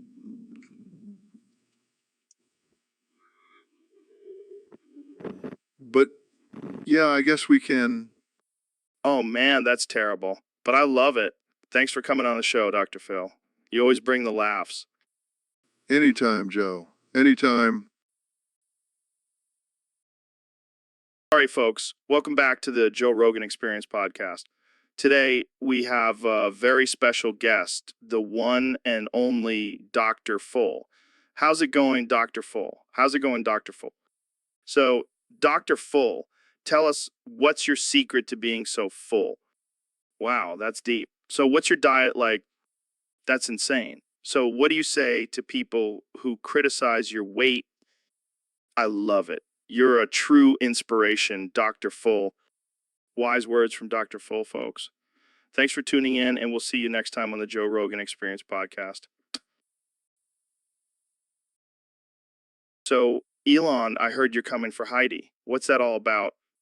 Oh, just a little friendly competition. Told her to downvote the topic, and she didn't listen. Oh, looks like Heidi's in trouble. I heard she's a big fan of your flamethrowers. Oh no, but I have a surprise for her. I've upgraded the flamethrowers to shoot out glitter. Glitter. That's diabolical. You're really going to mess with her mind. Well, she shouldn't have messed with me. I have a fleet of Teslas ready to chase her down. Oh man, this is getting intense. Heidi, if you're listening, you better watch your back. And just to make it interesting, I've added a little twist. The last one standing gets a free trip to Mars. What? That's insane. Heidi, are you sure you want to mess with this guy? She should have downvoted the topic when she had the chance. Well, looks like we have a showdown on our hands. Tune in next time to see who will come out on top. So, Neil, have you been on Discord lately? Yeah, I have. But I gotta say, I'm getting pretty annoyed with those constant notification sounds. Oh man, I know what you mean. It's like every time I'm trying to record a podcast, I hear that ding and it throws me off. It's like a never-ending game of guess, that notification sound. I've tried muting my notifications, but somehow they still manage to sneak through. You know what? I have a solution. I'll just boof my phone so I won't hear a damn thing. Wait, what? Boof your phone? Yeah, shove it up my ass. That way I won't hear a thing. Oh man, that's one way to solve the problem. Hey, desperate times call for desperate measures. I can just imagine you walking around with your phone sticking out of your ass like a tail. Hey, at least I'll be able to focus on our conversation without any interruptions. Well, I guess that's one way to keep Discord from ruining our podcast. You gotta do what you gotta do, Joe. Now let's get back to talking about aliens. So, Neil, I heard you have a plan to stop Trump from making America fuck again. That's right, Joe. I plan on splashing my cum at every American male or female to ruin his efforts. Wait, what? That's insane. I know, but desperate times call for desperate measures. But won't that just make people want to have sex more? No, Joe. My cum has special properties that will make people lose all desire for sex. Oh, like a chemical castration? Exactly. And I'll make sure to aim for Trump's face, too. That's some next level revenge, Neil. Hey, you mess with science, you get the cum? I can already see the headlines. Neil deGrasse Tyson's cum ruins Trump's plan to make America fuck again. It'll be my greatest scientific achievement yet. I can't wait to see Trump's reaction to this. Oh, I'm sure he'll be speechless. Or maybe he'll tweet about it, who knows. Well, I'm glad I have you on my side, Neil. Always happy to use my science for good, Joe. Now let's go make America cum free again. Welcome to the Elon Musk experience, where we explore the depths of my twisted mind. Today I have a special guest, the one and only Joe Rogan. Thanks for having me, Elon. I've been looking forward to this interview. Me too, Joe. But I have to warn you, things can get pretty wild here. I mean, I'm the guy who sent a car to space. Oh, I'm ready for anything. Let's do this. Oh no, not again. What's wrong, man? I have a condition where I get random boners. It's like a malfunction in my neural link. Can I touch it? What? No, Joe. That's not appropriate. Oh, man, I was really looking forward to this interview. Can we at least finish the show? I'm sorry, Joe. I have to end the show early. My boner is getting out of control. This is breaking my heart, Elon. Near or far, wherever you are. I believe that the heart does go on. Okay, we need to stop. This is getting weird. Fine. I'll just go back to my own podcast and sing Celine Dion by myself. Can I come to... Sure, but only if you promise to keep your boner in check. Deal. Let's go serenade the world with our beautiful voices. Welcome to the show, Mr. President. What brings you here today? Well, Joe, I have some big news. Huge news. I will be a playable character in the next How game. You're kidding, right? Absolutely not. I have the best damn make-you skills, believe me. I have to admit, I never saw you as a Tuhu fan. I'm a fan of anything that makes me look good. And let me tell you, I look fantastic in those anime outfits. I can only imagine. So, what's your character like? Well, I have the best spell cards, believe me. They're tremendous. And my ultimate attack is a wall of bullets. Nobody can penetrate it. That's creative. And of course, my theme music is You're Fired by the One and Only Me. I have to say, this is definitely unexpected. That's what I do, Joe. I keep people on their toes. And now I'll be keeping them on their toes in the Toho world. Well, I'm sure the fans will have a lot to say about this. Let them talk. I'm already the most talked about character in the game. Well, thank you for joining us, Mr. President. I can't wait to see you in action. Thank you, Joe. And remember, make Toho great again. So, Elon, I gotta ask, what's with your obsession with colonizing cars? What the hell are you talking about, Joe? It's colonizing Mars, not cars. Not cars. Oh, my bad. I guess I just assumed with all your Tesla talk. You think I'm going to waste my time colonizing cars? That's for peasants. All about that intergalactic colonization, baby. But why Mars specifically? Why not Uranus or something? Because Mars is the closest thing to Earth, duh. Plus, I already have a plan to turn it into a giant Tesla factory. That's actually not a bad idea. Of course it's not. I'm a genius. I mean, have you seen my hair? Yeah, it's like a mix of Einstein and mad scientist. Exactly. It's the perfect combination for conquering Mars. But what about the whole no oxygen thing? How are you going to breathe up there? Details. I'll just create a giant dome, fill it with oxygen. Easy peasy. And what about the aliens? What aliens?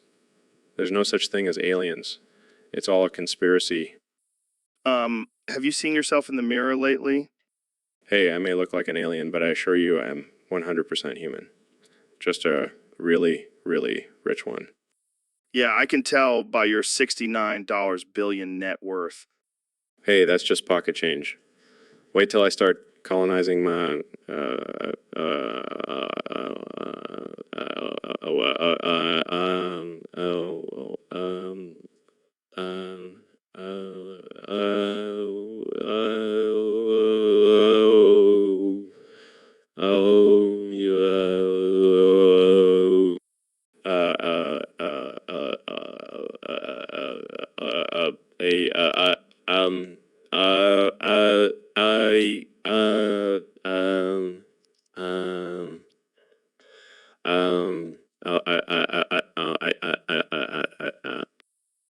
All right, calm down. We get it. It's Mars.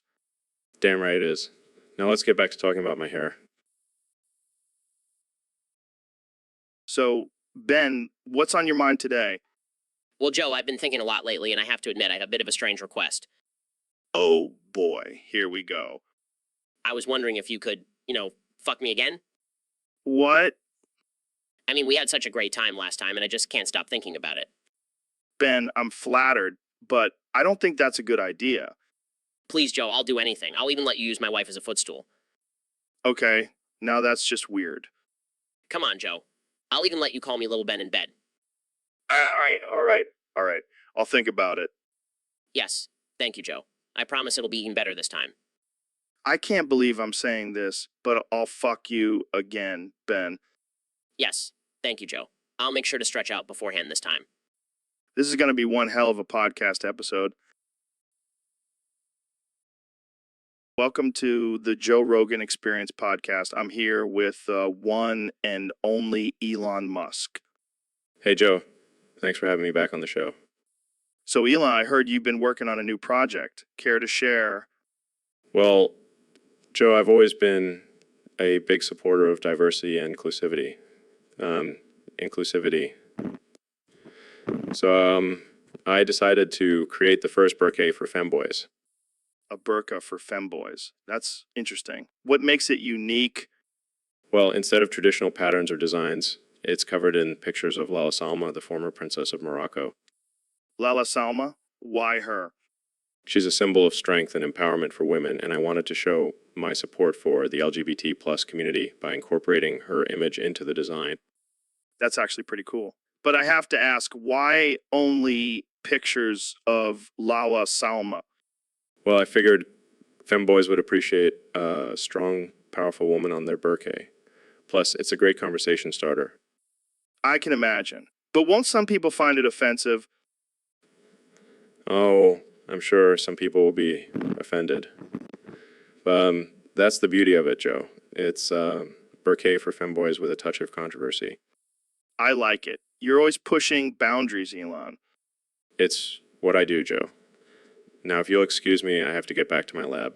I have some more unconventional fashion ideas to work on. Thanks for joining us, Elon. And remember, folks, always be yourself and don't be afraid to be different.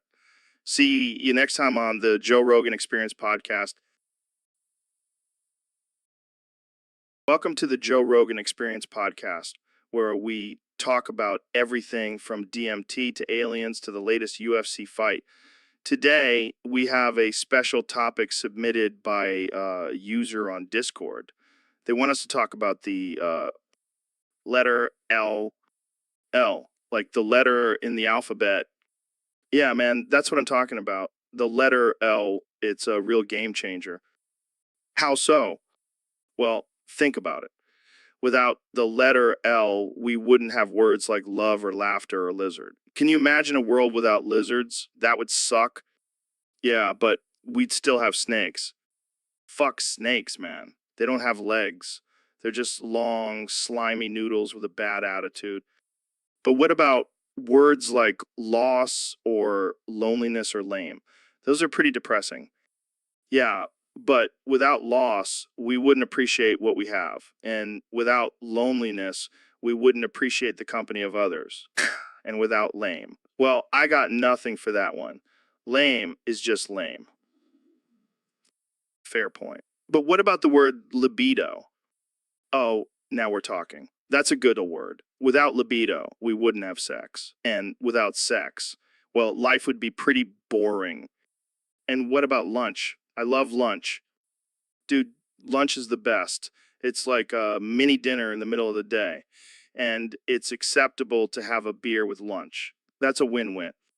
I think we can all agree that the letter L is pretty important.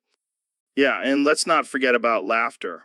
Without laughter, life would be pretty dull. So let's all take a moment to appreciate the letter L and all the amazing words it brings to our lives. Amen to that. And on that note, we'll end this episode. Thanks for tuning into the Joe Rogan Experience podcast. Stay weird, my friends. So, David, what's been going on with you lately? Oh man,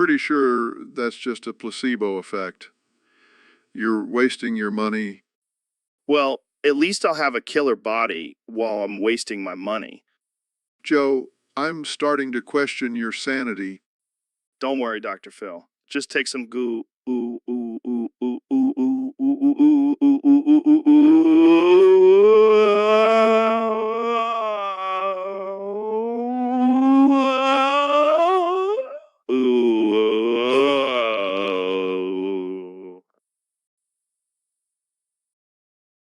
So, Kanye, what's new in your world? Yo, ETF, it's Kenya. Get it right. My bad, my bad. So, what's up, Kenya? Well, I just released my new album, Yeezy Season 69. Nice. What's the inspiration behind that? Well, I've always been obsessed with the number 69. It's just so nice. I see what you did there. Plus, I wanted to pay tribute to my favorite position. Moving on. What else is going on with you? Well, I'm also working on a new fashion line called Kim's Crazy Collection. It's all inspired by my wife's curves. That's interesting. Interesting. And I'm also starting my own cult. Oh, great. Another one. Hey, it's not a cult, it's a movement. We're called the Yeezians. Oh, I'm sure that'll catch on. It will. It will. And when it does, you'll be begging to join. I'll pass. Thanks. Suit yourself. But just remember, when the Yeezians take over the world, you'll be sorry. All right. Well, on that note, let's wrap this up. Thanks for coming on the show, Kenya. Anytime, Joe. And remember, it's Kenya. Yeah.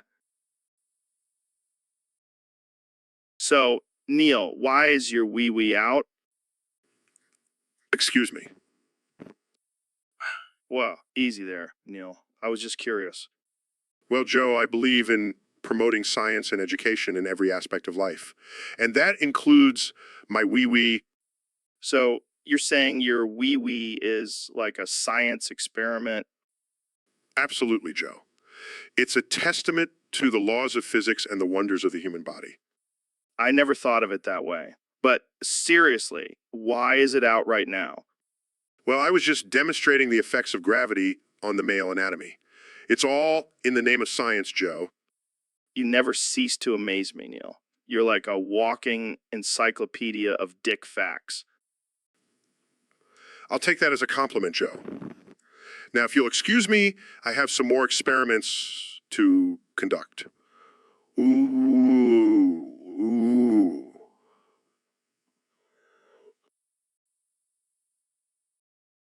So, Joe, I heard you were at a funeral recently. Oh, yeah. What happened? What? How is that even possible? What the fuck? That's insane. Did you get in on the action? Damn, Joe. You're a wild man. Wise words, my friend. Wise words. All right, folks. Welcome back to the Joe Rogan Experience podcast. Today's topic was submitted by a user on Discord.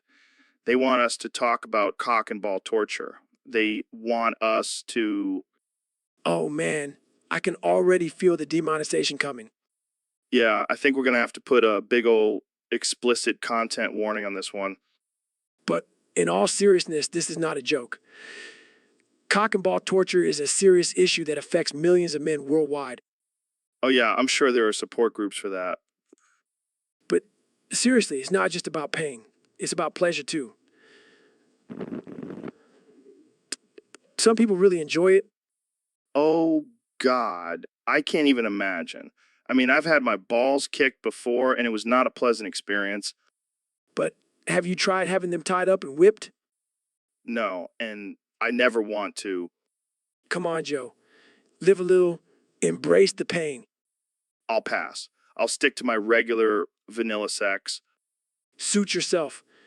But you're missing out on the ultimate form of domination. Yeah, I'll just stick to dominating the octagon. Thank you very much. Fair enough. But for those who are into it, yeah, cock and ball torture. And on that note, we're going to have to end this episode before we get banned from the internet. Thanks for tuning in, folks. See you next time on the Joe Rogan Experience podcast. So, Ben, I got to ask, have you ever been in the same room as Batman? No, Joe. I haven't, but I have been in the same room as Bruce Wayne. No way. Did he have the bat suit on? Did you see the Batmobile? No, Joe. He was just wearing a suit and driving a fancy car. It's almost like he's just a rich guy with no superpowers. Damn, I was hoping for some juicy superhero secrets. Sorry to burst your bubble, Joe. But I have a theory that you and Batman are actually the same person. What? That's insane. I don't have a secret identity. Oh, right. Because a jacket, bald meathead like you couldn't possibly be a master detective and billionaire playboy. Okay. I see your point. But seriously, have you ever seen us in the same room together? Actually, now that you mention it, I haven't. See? I knew it. I am Batman. Joe, you're not Batman. You're just a podcast host with a questionable taste in supplements. Fine. But can I at least be Robin? Sure, Joe. Whatever makes you happy. Welcome to the Joe Rogan Experience podcast. I'm Joe Rogan, and today we have a special guest, the 45th and 47th President of the United States, Donald Trump. Joe, it's great to be back on your show. I've been listening to it in my bunker, and let me tell you, it's tremendous. So, Mr. President, I heard you made a big change in your administration, firing J.D. Vance and hiring Steve Harvey as your new VPP.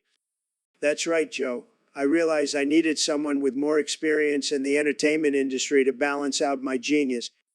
But Steve Harvey, the guy who hosts Family Feud? Hey, he knows how to handle a crowd. Just look at his mustache. Plus, he's got a great catchphrase, survey says.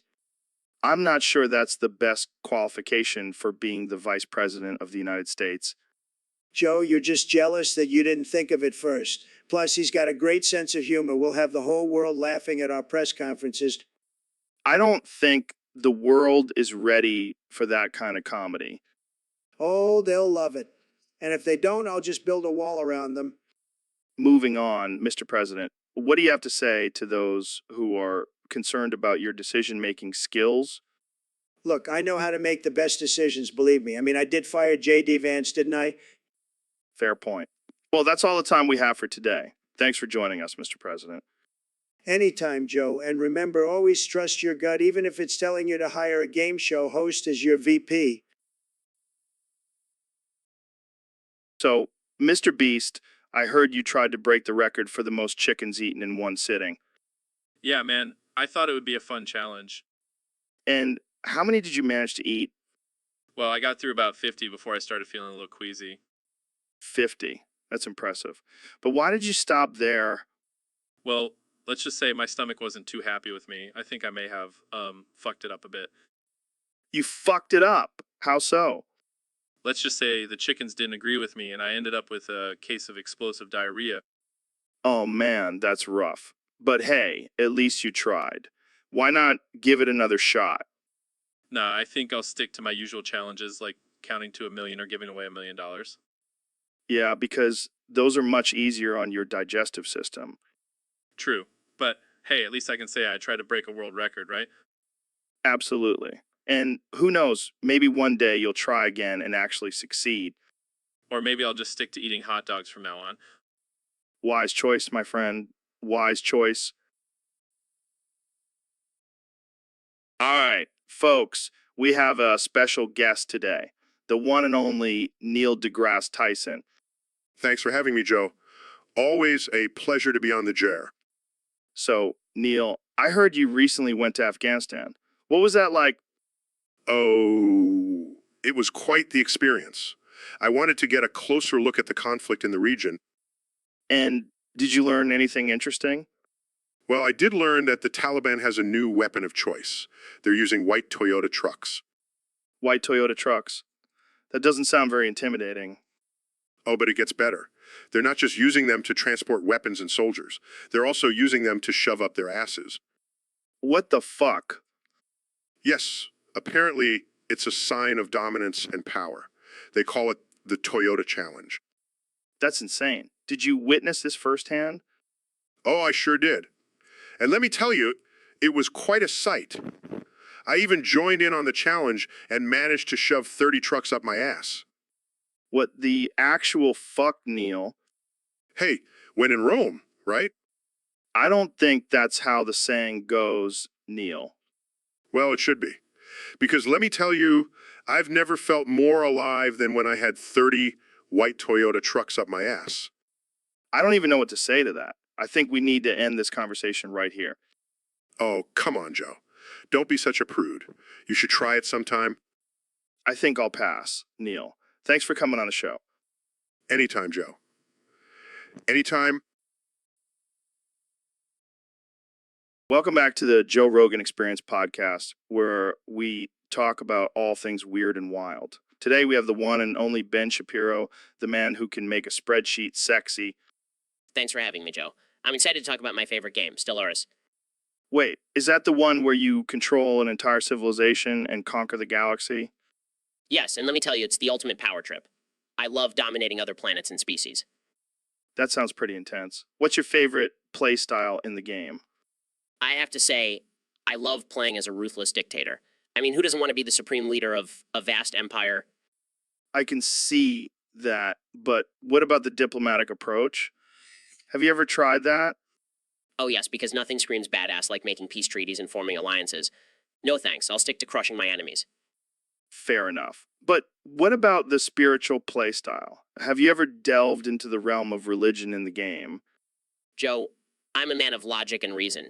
I don't have time for imaginary friends, even in a video game. Well, it looks like you have a clear favorite. But let's talk about the real question on everyone's mind.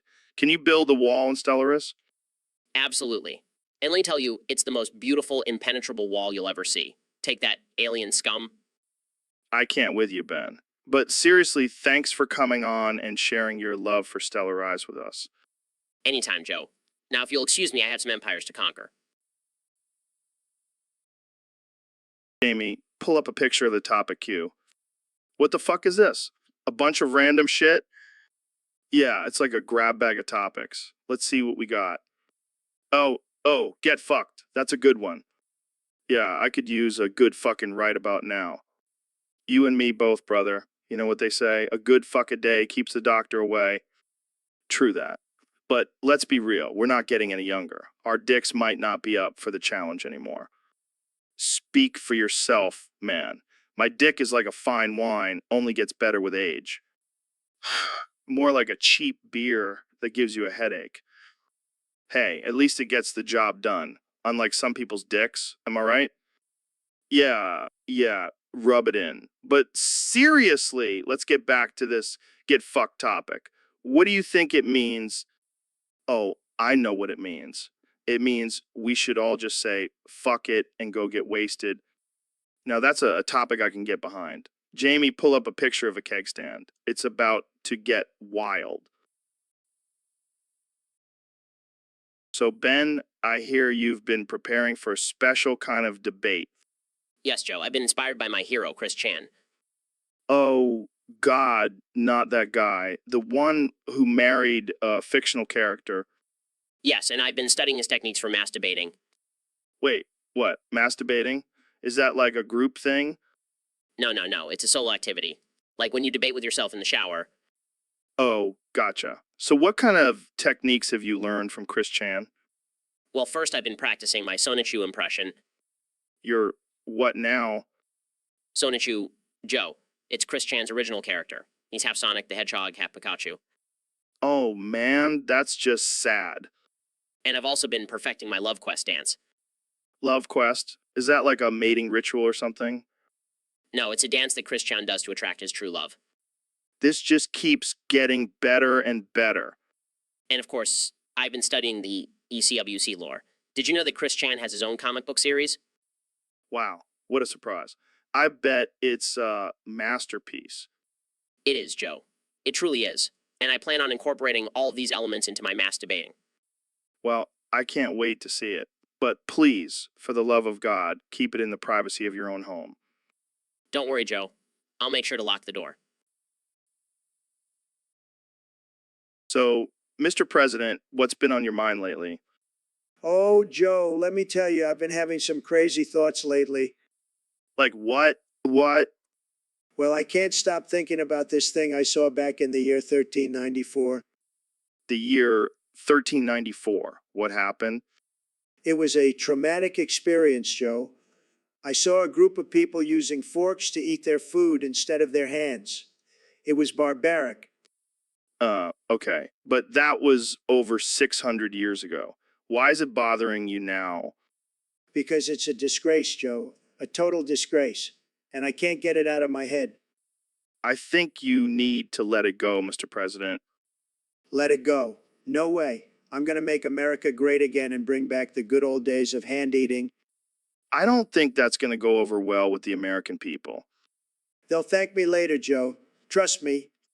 Okay, let's move on to a different topic. Fine, but just remember, Joe, forks are the enemy. So, Mr. President, I heard you're quite the golfer. That's right, Joe. In fact, I'm the best golfer in the world. Nobody can beat me. Well, I hate to break it to you, but I beat you in our game today. What? That's fake news. I demand a recount. A recount? We're not in an election, Donald. I don't care. I won't accept this defeat. I demand a recount. All right, fine. Let's go back to the course and count every stroke again. And I want my caddy to be the one counting. I don't trust anyone else. Your caddy? You mean your son, Eric? Yes, he's the most trustworthy person I know. And he knows how to count. He can count to 10, right, Eric? Well, I guess we have official counter then. Let's go back to the course. And while we're at it, let's also recount the number of illegal immigrants playing on the course. I have a feeling they were trying to sabotage me. Oh, come on. You can't blame your loss on illegal immigrants. Watch me, Joe.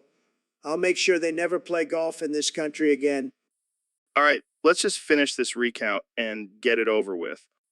And I want a trophy for participating. I may have lost, but I'm still a winner. Fine, I'll get you a participant ribbon. Happy now. Make it gold and bigger than Joe's trophy. Size, this is why I never play golf with you, Donald. So, Ben, I heard you finally got your DBS checked. Yeah, I did. And let me tell you, it was a real pain in the ass. Why did you even bother? I didn't care if you were DBS checked or not. I know, but I did it just to prank you, and it was totally worth it. Well played, my friend. Well played. But now that I've gone through the process, I've realized there are so many ways to fail a DBS check. Oh, really? Do tell. Well, for starters, if you have a criminal record, that's an automatic fail. Oh, I'm sure that's a shocker. And if you have a history of violence or sexual offenses, that's a big red flag. Yeah, I can see why that would be a problem. But my personal favorite is if you have a history of being a complete and utter douchebag. Well, that definitely explains why you passed. Hey, at least I'm not boring like you, Joe. Touch, Ben, touch. Oh man, that's brutal. I guess I'm just a walking disaster. And yet, here we are, still friends. Don't worry, Joe. I'll find a way to fail you next. Bring it on, Shapiro. Bring it on. So, Kamala, I gotta ask, why'd you choose to fuck this country again? Oh yeah, those are some big shoes. But do you think you have what it takes to really fuck this country up? Damn, shots fired at your home state. But seriously, what's your plan for fucking up America? But what about the Second Amendment? Wow, that's a bold move. What about all the meat lovers out there? What the fuck? That's just cruel. What about freedom of speech? Well, I gotta say, you have some interesting plans. But why do you think you're the right person to fuck this country up? Fair enough. Well, good luck with that. I'll be watching from the sidelines with my popcorn. All right, folks, we have a special guest today. The 45th President of the United States, Donald Trump. It's great to be here, Joe. I'm still the president, right? No, actually, you lost the election. What? Fake news? I won by a landslide? Let's move on to our topic. Gavin Newsom has become the new MAGA leader and is getting all the sexy propaganda with even bigger nipples. What? This is outrageous. I'm the one with the best nipples, believe me. Well, Gavin is giving you a run for your money. He's even got a MAGA thong with his face on it. That's it. I'm calling my lawyers. This is copyright infringement. No one can out-nipple me. Maybe you should focus on other things, like, I don't know, running the country. I am, Joe. I'm making America great again, one nipple at a time. I think we've reached peak absurdity here. Let's end this conversation before it gets any weirder. Too late, Joe. I'm already thinking of a new line of mega lingerie. It's gonna be huge. So, Ben, have you seen the movie Monster House? Get off my lawn. Come on, it's a classic. It's about a creepy house that comes to life and eats people. Get off my lawn. Okay, but hear me out. The animation is top notch and the storyline is actually pretty deep. Get off my lawn. Are you even listening to me? This movie has a lot of heart and tackles some serious themes. Get off my lawn. Fine. But I have to say, the scene where the house starts spewing out all the junk it's eaten is pretty epic. Get off my lawn. You know what? Forget it. I'm done trying to convince you. You just sit on your porch and yell at kids to get off your lawn. Get off my lawn. Welcome back to the Joe Rogan Experience podcast, folks. Today, we have a very special guest, the 45th and 47th President of the United States, Donald Trump. It's great to be here, Joe. I've been waiting for you to invite me on this podcast for years. And let me tell you, I've got some bigly things to talk about today. Sure you do, Mr. President. But first, let's address the elephant in the room. You're pregnant.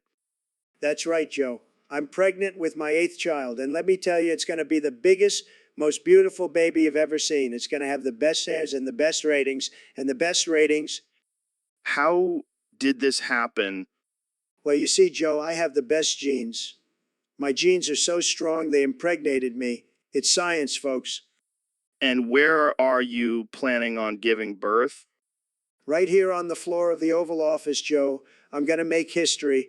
And Jimmy, my loyal press secretary, will be here to witness it. Jimmy, are you okay? He's fine, Joe. He's just excited. He's been practicing his woos for when the baby comes out. This is truly a historic moment. How are you feeling, Mr. President? I feel fantastic, Joe. I'm going to be the first president to give birth. And let me tell you, it's going to be a tremendous birth. The best birth ever. And do you have any names picked out for the baby? I do, Joe. I'm thinking either Kofifi or Mega JR. What do you think? Welcome back to the Joe Rogan Experience podcast. I'm here with one and only David Goggins. What's up, Joe? I'm feeling pumped today. I can tell you've been on a mission to conquer the impossible, and now you've done the unthinkable. That's right, Joe. I brought widespread moisture to the Sahara Desert. Wait, what? How did you do that? I've been training my body to produce massive amounts of semen, and I've been ejaculating into the desert for weeks. That's a lot of semen. How much did you produce? Oh, just a few large lakes. Nothing too crazy. That's insane. But why? What's the purpose of this? To show the world that anything is possible if you put your mind to it. And also to give the desert some much needed moisture. Wow. I don't even know what to say. Jamie, pull up an image of the Sahara Desert covered in David semen. I don't even know if that's safe for work. Jamie, just do it. We're all adults here. This is the most absurd thing I've ever seen. But hey, I guess it's better than having a dry dessert. Exactly. And now I'm off to conquer my next challenge, bringing snow to the Sahara. You never cease to amaze me, David. Thanks for joining us on the podcast. Anytime. Now, if you'll excuse me, I have some more training to do. So, Ben, I heard you got some surgery done recently. Yeah, I did. I wanted a sharper penis. What? Why? Why? Well, I tried sticking my penis in a pencil sharpener, but it didn't work out too well. Oh my God, Ben. That's insane. I know. But now I can use my penis as a weapon.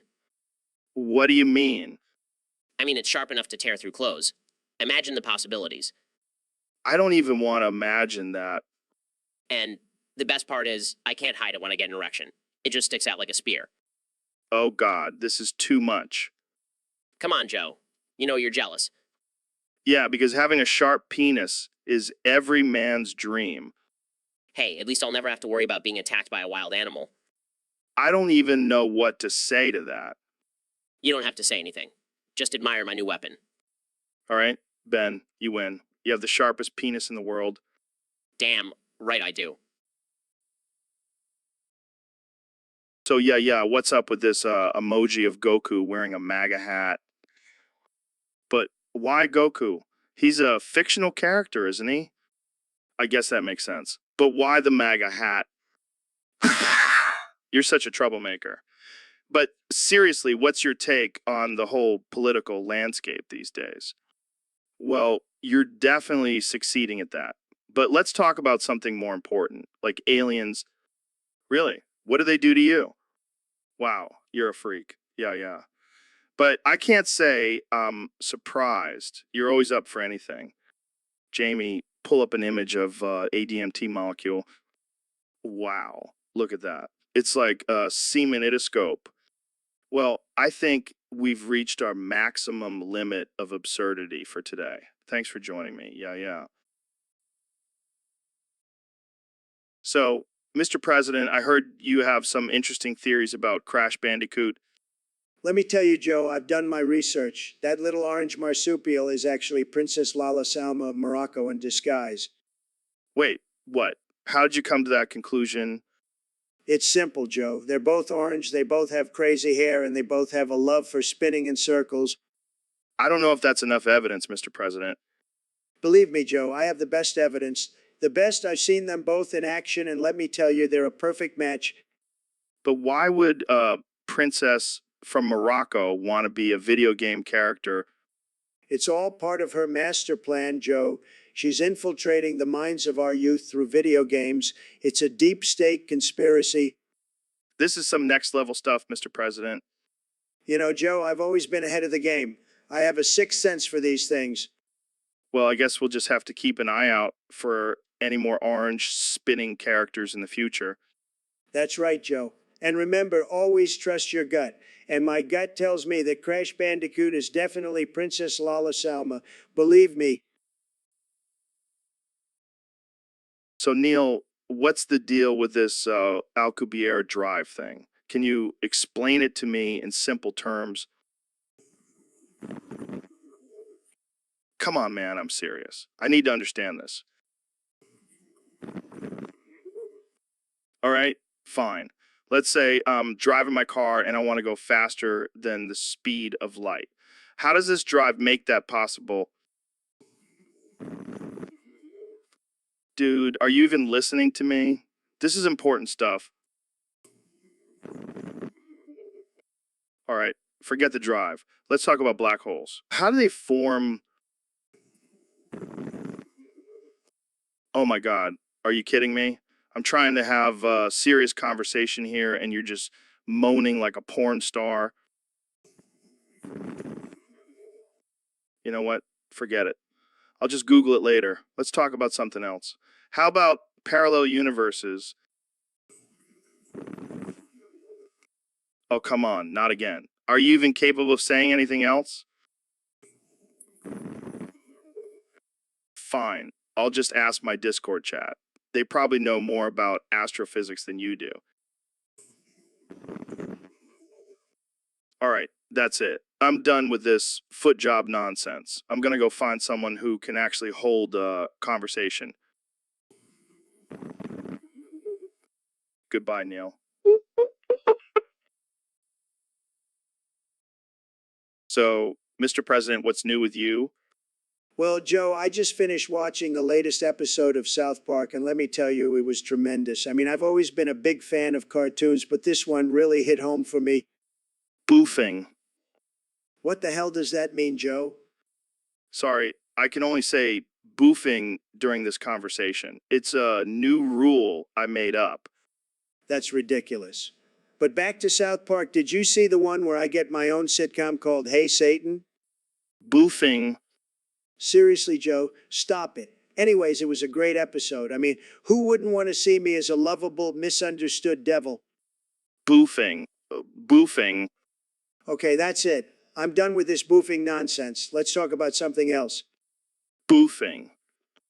I'm warning you, Joe. I have the best words and I will use them to shut you up. Boofing. Fine, you win. Let's just end this conversation before it gets any more ridiculous. Boofing. So, Elon, I heard you have a new theory about marriage. Yeah, it's called the pee in the mouth theory. What? See, when you pee in someone's mouth, it's a sign of ultimate trust and commitment. It's like saying, I trust you with my bodily fluids. I don't think that's how it works, Elon. Trust me, Joe. I'm a genius. I know these things But why does it have to be in the mouth? because it's the most intimate and vulnerable place. Plus, it's a great way to mark your territory. I don't know if my wife would be on board with this theory. Well, maybe you should have thought about that before you got married. Are you saying you and I are married because you peed in my mouth? Exactly. We are now bonded for life. This is the most ridiculous thing I've ever heard. Hey, don't knock it till you try it. I'll pass, thanks. Suit yourself. But just remember, Joe, we are now pee brothers for life. I think I need a new co-host. So, David, I heard you did something wild and crazy recently. Yeah, man. I've been on this whole embrace your inner animal kick lately. What does that even mean? It means I'm tapping into my primal instincts, Joe. I'm becoming one with nature. And how exactly are you doing that? Well, for starters, I drank a whole bucket of dirt. Excuse me? You heard me. I downed that dirt like it was a protein shake. Dude, that's disgusting. Why would you do that? Because animals don't care about what's gross or socially acceptable, Joe. They just do what they gotta do. I don't think drinking dirt is really necessary to embrace your inner animal. Oh, but it is. Joe, it's all about pushing yourself to the limit and breaking through those mental barriers. I think you might have broken through a few too many barriers, David. Hey, at least I'm not afraid to get my hands dirty. Literally. Exactly. Now, if you excuse me, I have a date with a pile of leaves. Gotta work on my camouflage skills. So, Elon, have you ever been to Las Vegas? Yeah, I've been there a few times. What about it? Well, I heard that the sewers there are a real shit show. Oh yeah, I've heard that too. Apparently they're filled with all sorts of crazy stuff. Like what? Well, I heard there's a whole community of alligators down there. Alligators. In the sewers? Yeah, and not just any alligators. These are genetically modified, super intelligent alligators. Holy shit.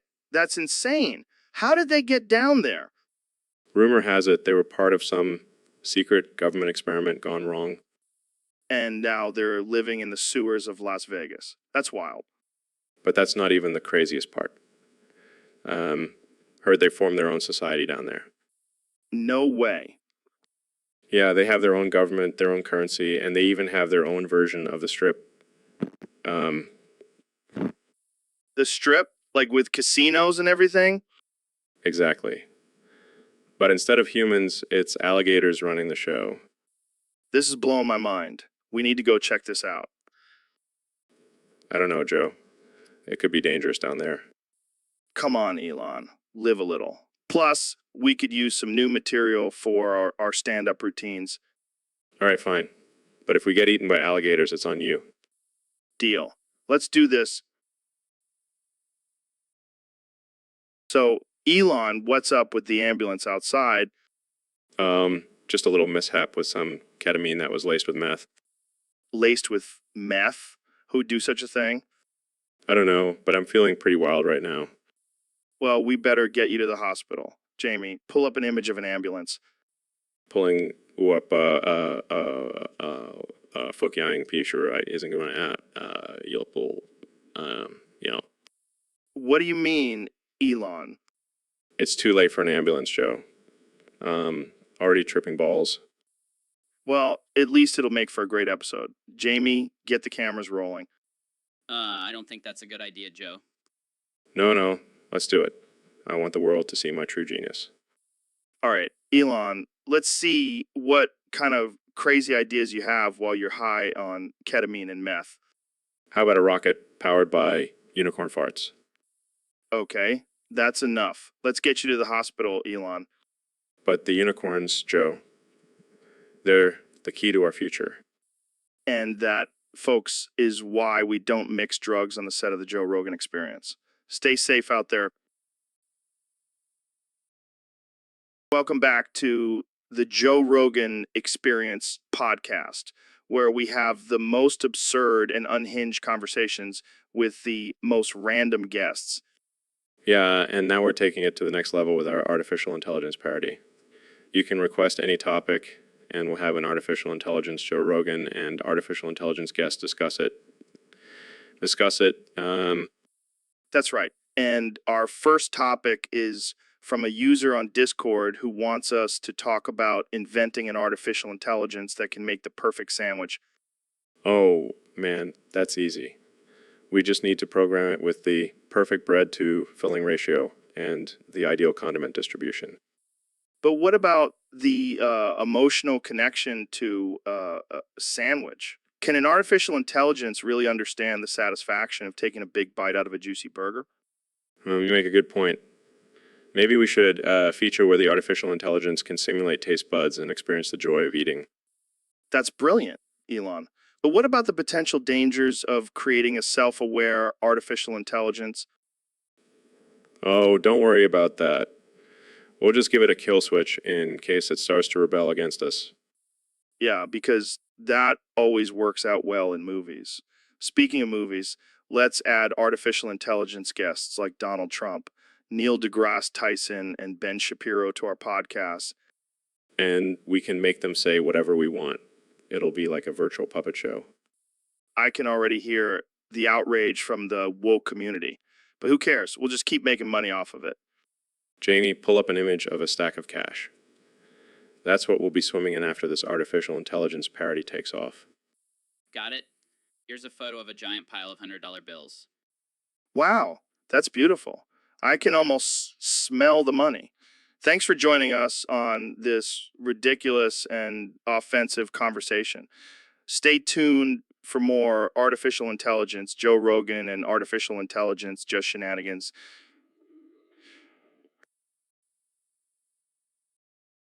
So, Dr. Phil, I heard you shoved 100 Persian carpets up your rectum. That's some impressive sphincter control. Well, Joe, when you're as full of shit as I am, you gotta find creative ways to let it all out. I hear ya. So what's next? 200 Persian carpets, maybe a couple of ottomans. I'm thinking bigger. Maybe a dining room table or a grand piano. Really stretch out those cheeks. Damn, that's some dedication. But have you thought about your urethra? I hear that's the new trend. Urethra, huh? I do love a good challenge. Maybe I'll shove 500 door hinges up there. Really spice things up. That's some next level kink right there. I'm getting turned on just thinking about it. Oh, Joe, you never cease to amaze me with your depravity. Hey, it's all about exploring new horizons. And speaking of horizons, have you ever tried shoving a telescope up your... All right, let's not get too carried away here. I do have a reputation to uphold. Fair enough. But hey, if you ever need a helping hand, you know who to call. Thanks for the offer, Joe. But I think I'll stick to shoving things up my own ass for now. That's the spirit. Keep pushing those boundaries, Dr. Phil. Keep pushing. Hey, Ben, where have you been the last year? Microaggression. I've been busy binging South Park. South Park. I didn't know you were a fan. And Microaggression. I love it, especially PC Principle. PC Principal, interesting choice. Microaggression. He's my favorite character. I even developed his tick of shouting microaggression after watching it too much. Microaggression. That's hilarious. Have you been using it in your daily life? Microaggression. You bet I have. It's a great way to shut down any conversation I don't agree with. Microaggression. I can see how that would come in handy. Microaggression. It's my new catchphrase. I even have it on a t-shirt. Microaggression. I need to get one of those. Microaggression. I'll hook you up, Joe. But be careful, it might offend some people. Microaggression. I'm not afraid to offend anyone. That's why we're friends, Ben. Microaggression. That's right, Joe. We're the kings of offensive humor. Microaggression. Long live the kings. Neil, what the hell are you doing? Seriously, man, it's 3 in the morning. Can you stop with the vrooming noises? I'm trying to sleep here, and all I can hear is you making car noises. It's not even a realistic vroom. It's like a cartoon version. And why are you doing it in your sleep? This is why I don't invite you over anymore.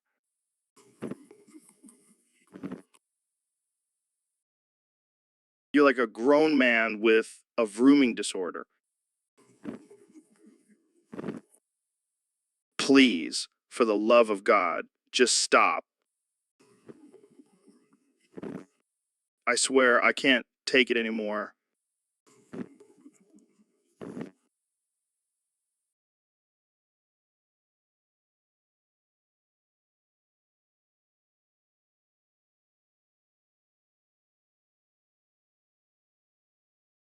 Jamie, pull up an image of a man wearing a straitjacket with a car steering wheel attached to it. Pulls up images. Here you go, Joe. Joe. See, even Jamie agrees with me.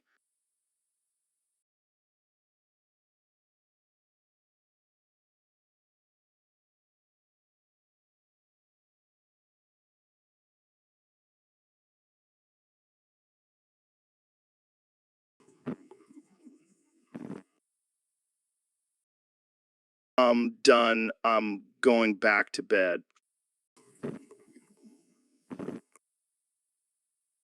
And you better be gone by the time I wake up. Good night, Neil.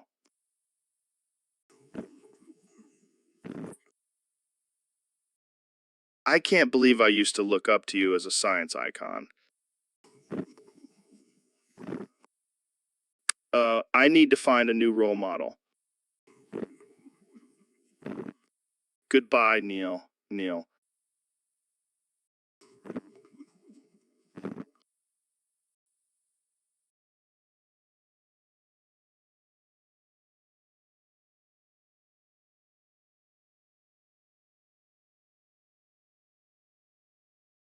So, Dr. Phil, what's your favorite show to edge to?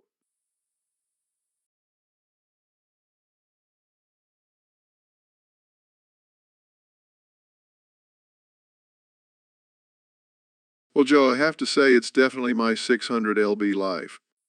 Are you serious?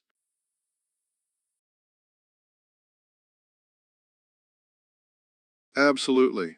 I mean, have you seen those people? It's like a train wreck. You can't look away. I can't believe I'm hearing this from you, Dr. Phil. Hey, I may be a respected psychologist, but I'm still a man with needs. Fair enough. But why that show specifically? Well, it's a combination of things. The drama, the struggle, the food addiction. It's like a buffet of arousal for me. Oh man, I don't even know what to say to that. Just try to keep up, Joe. This is the Joe Rogan Experience, not the Joe Rogan Censorship Hour. You got me there, Dr. Phil. But seriously, do you ever feel guilty about it? Guilt? What's that? I just sit back, relax, and enjoy the show. Well, there you have it, folks. Dr. Phil's guilty pleasure revealed. And hey, if anyone wants to join me for a little edging session, just slide into my DMs. All right, on that note, let's wrap this up before we get banned from every platform. Sounds good, Joe. See you next time.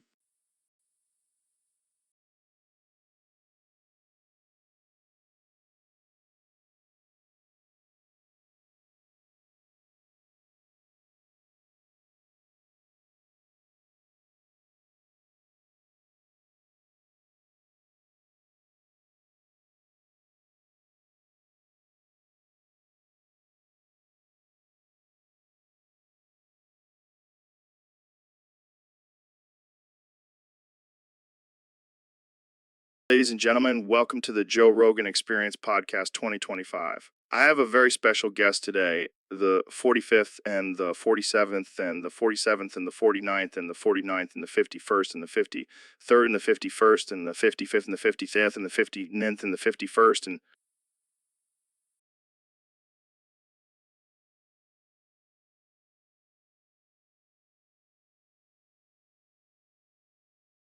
the 63rd and the 65th and the 67th and the 69th, nice, and the 71st and the 73rd and the 75th and the 77th and the 77th and the 81st and the 83rd and the 81st and the 83rd and the 81st and the 83rd and the 87th and the 81st and the 83rd and the 85th and the 91st and the 91st and the 91st and the 97th and the 99th president of the United States, Donald Trump.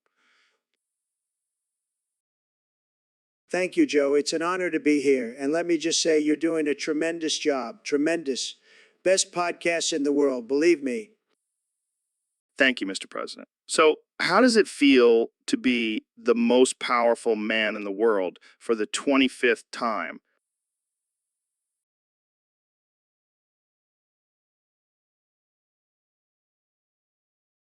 It feels fantastic, Joe. Absolutely fantastic. I mean, who else can say they've been president for 25 terms? Only me. I'm a winner, Joe. A bigly winner. Joe, a bigly winner. Some people might say it's unconstitutional, but let's not get into that. Let's talk about your plans for the next 4 years.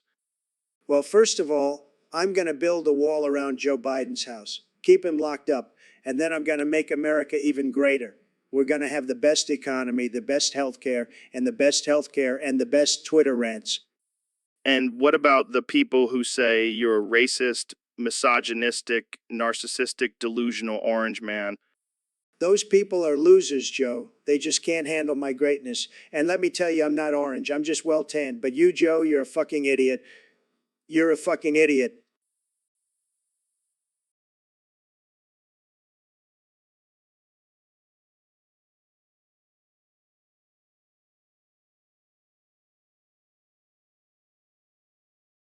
All right, folks, welcome back to the Joe Rogan Experience.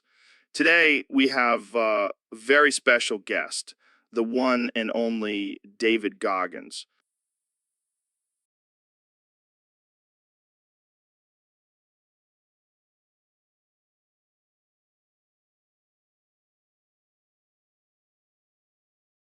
What's up, Joe? Thanks for having me. I'm ready to get real unhinged and offensive with you. Oh, man, I can't wait. So, David, I heard you have a new book coming out. What's it called?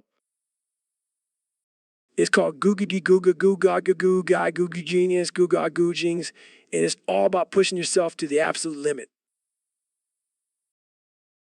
I love it. I mean, you're the epitome of pushing yourself. I've seen your Instagram. You're always running like a madman. Yeah, I don't mess around.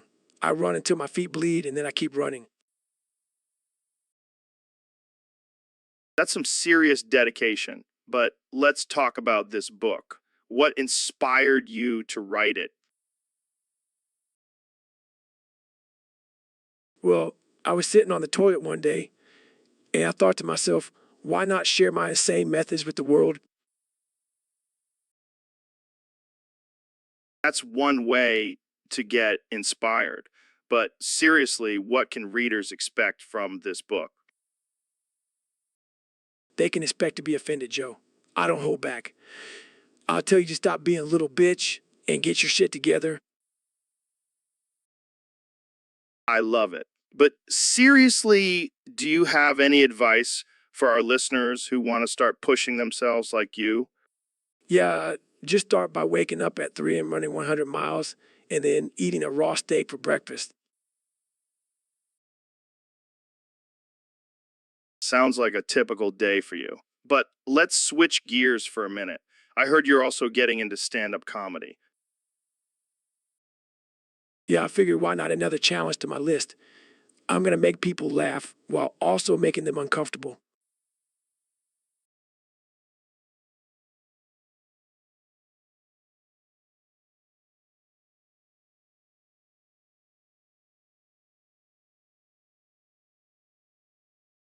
Well, I can't wait to see your set. But before we go, Jamie, pull up an image of David doing a handstand on a mountain peak. Hey, Ben, have you ever tried drinking hot coffee while taking a dump?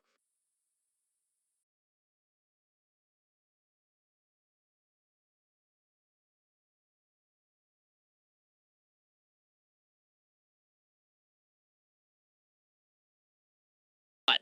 That's disgusting, Joe.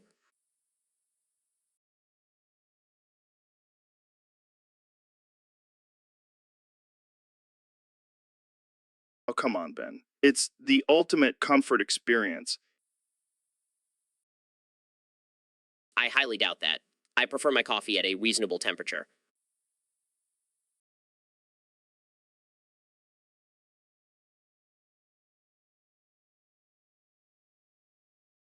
But think about it, Ben. The warmth from the coffee and the warmth from the turd in your sock drawer, it's a match made in heaven. That's enough, Joe. I think I'm going to be sick. Oh, don't be such a prude, Ben. It's just a little fecal matter. I can't believe I'm even having this conversation.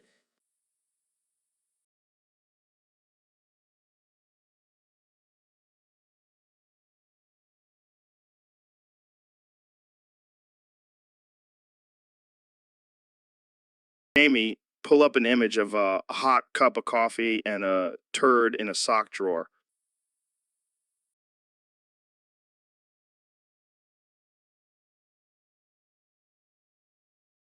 I don't know if I want that on my search history.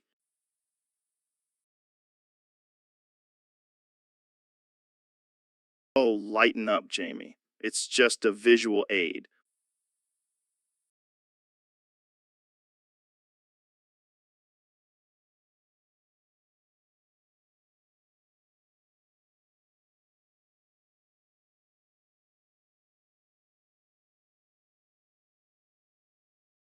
I think I've lost all faith in humanity.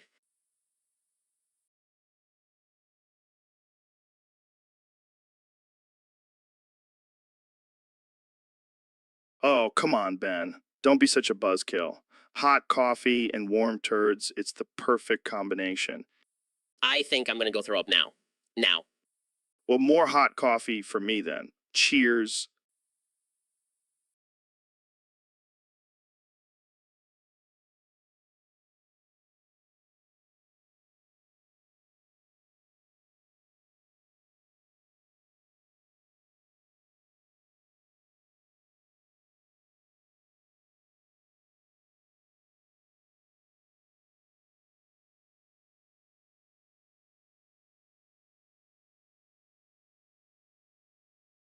Hey everyone, welcome back to the Joe Rogan Experience. We have a special guest today, Eat My Ass Please Son.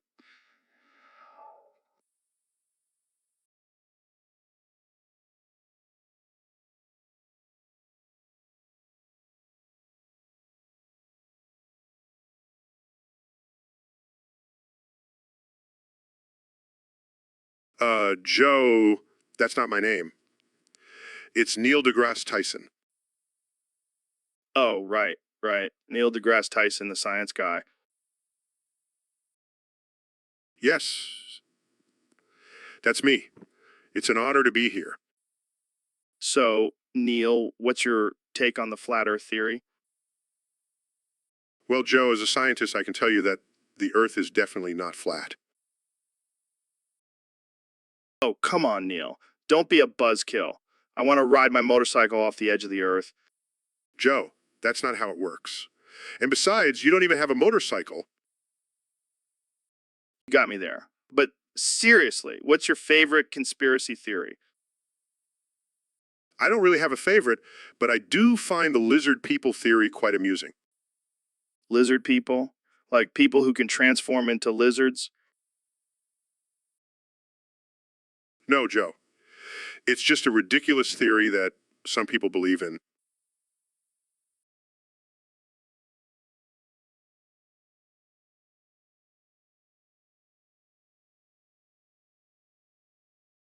Jamie, pull up an image of a lizard person.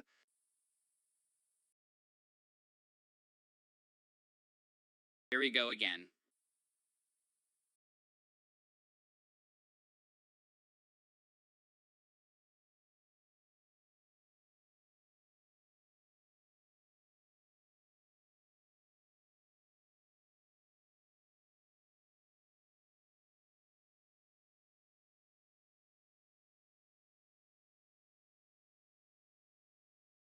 Joe, can we please focus on something more important? Sure, sure. So, Neil, do you believe in aliens?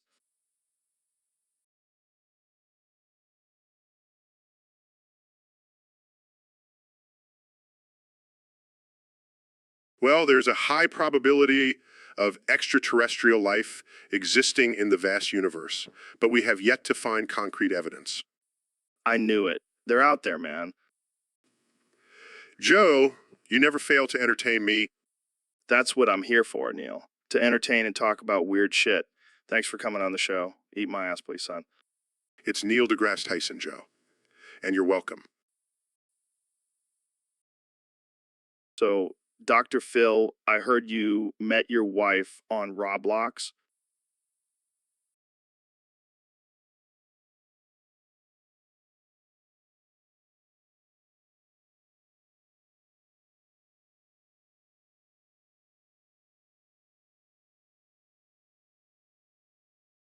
Yeah, it was love at first avatar.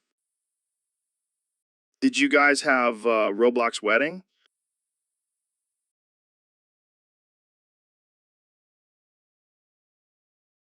No, but we did have a Roblox honeymoon. We built our own virtual beach resort. That's some next level role playing. Hey, don't knock it till you try it. Roblox is where all the cool kids are these days. I'll have to check it out. Maybe I'll find my next wife there. Just make sure she's not a 45-year-old man pretending to be a 12-year-old girl. Oh man, that's some creepy catfishing. You have no idea. I've seen some things on Roblox that would make your hair stand on end. Well, at least you found true love in the virtual world. And it's a lot cheaper than a real wedding. Plus, I can always respawn if things go south. What the hell, man? You can't just shit into my mouth with acetone and hydrochloric acid.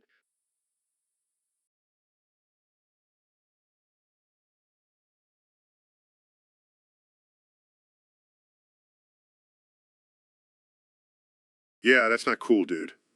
And I thought I was the science guy here. Seriously, what the fuck is wrong with you? Yeah, that's not even a scientific experiment. That's just straight up assault. And what's with the hello at the end? Are you trying to be polite after shitting in my mouth? Maybe he's into some weird kinky shit, but still, not cool. I don't care if you're a fellow user. You can't just ask me to shit into your mouth. Yeah, I think we need to ban this guy from the Discord server.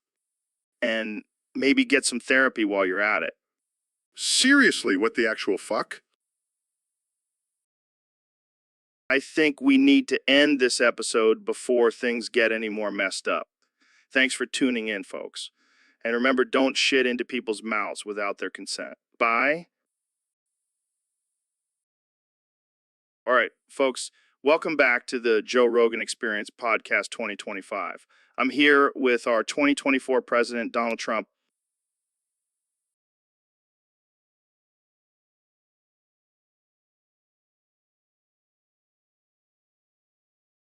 It's great to be here, Joe. I just love your show. It's tremendous. The best podcast, believe me. Thanks, Mr. President. So I heard you have a surprise for us today. Oh, you know me, Joe. I love surprises, and this one is going to be huge. I'm intrigued. What is it?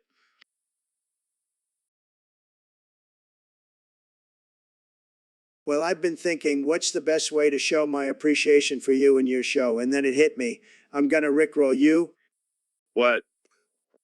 That's right, Joe. I'm going to rickroll you right here, right now. I don't know if that's such a good idea, Mr. President. Oh, come on, Joe. Don't be a loser. It'll be tremendous, believe me. All right, fine. Let's do it. Never going to give you up, never going to let you down. Oh my God, this is ridiculous. Never going to run around and desert you. Okay, I get it. You got me. Never going to make you cry, never going to say goodbye. I can't believe this is happening. Never going to tell a lie and hurt you. All right, that's enough, Mr. President. You win. I always win, Joe. Always. So, Mr. Beast, I heard you've been using Microsoft Edge lately.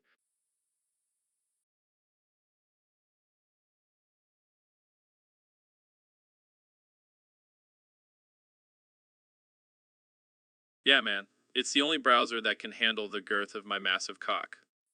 Wait, what? Yeah, it's literally named Edge, so I thought it was meant for edging my cock. That's an interesting theory. Hey, it works for me. Plus, it's free advertising for Microsoft. I don't think that's what they had in mind when they named it. Well, they should have thought about that before naming it Edge.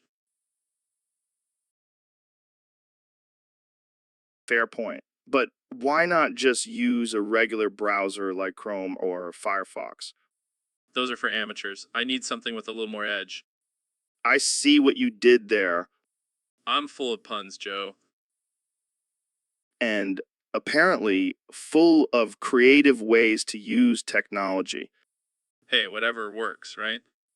I guess so. But I don't think Microsoft will be using your endorsement anytime soon. Hey, you never know. They might see a spike in downloads from guys looking to edge their cocks. And there goes our sponsorship from Microsoft. Oops. Sorry, not sorry.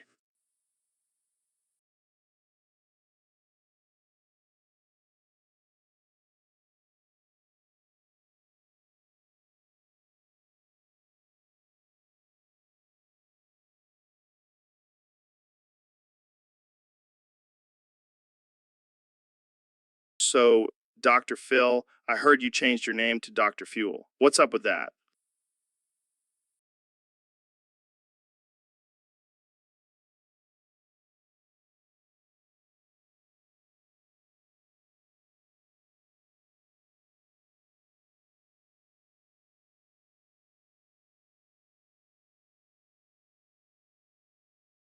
Well, Joe, I just wanted a name that really represented my energy and passion for helping people. Plus, it sounds badass.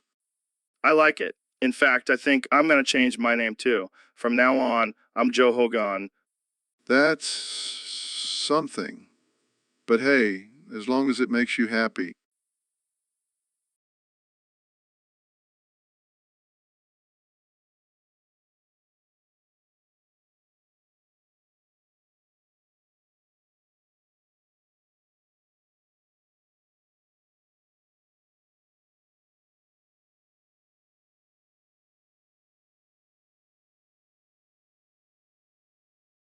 Wait, you guys are changing your names? Can I join in from now on? I'm Jamie.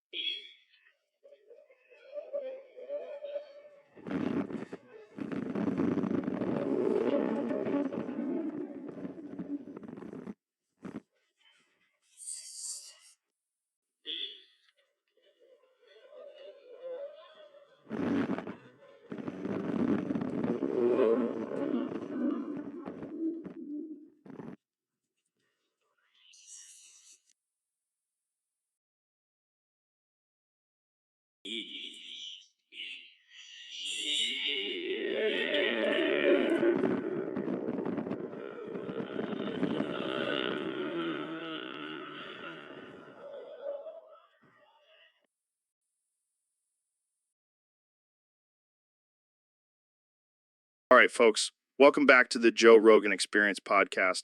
Today we have a special guest, the one and only Mr. Beast.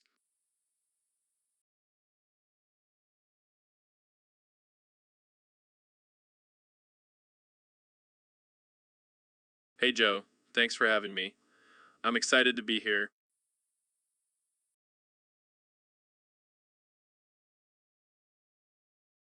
So, Mr. Beast, I heard your next video is going to be last to take hand off of a black hole wins $1. That's insane, man. Yeah, I like to up the ante with each video. Got to keep it interesting for my viewers. But a black hole, that's some next level shit. How are you even going to film that? Oh, I've got my ways. I'm thinking of using a green screen and some CGI. Got to make it look realistic, you know? You know, what would be even crazier? If you actually went into a real black hole and filmed it. Yeah, I don't think that's physically possible, Joe. Come on, you're Mr. Beast. You can do anything. Just make sure you have a good life insurance policy first. I'll keep that in mind. But seriously, I'm excited for this video. It's going to be epic. And dangerous. But that's what we love about you, Mr. Beast. You push the boundaries and give us some crazy entertainment. That's the goal. And hey, if anyone actually manages to win the $1, I'll be impressed. Yeah, they'll probably have to sell their soul to the devil or something. But hey, it's worth it for that sweet cash. All right, let's not get too dark here, Joe. But yeah, it's going to be a wild ride. Well, I can't wait to see it. Thanks for coming on the show, Mr. Beast. Thanks for having me, Joe. And to all the viewers out there, stay tuned for my next insane video.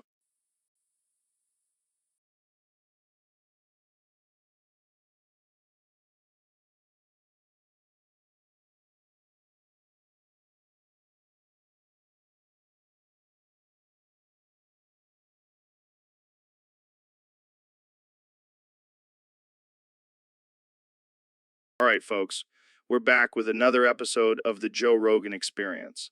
And today we have a very special guest, the one and only 45th President of the United States, Donald Trump.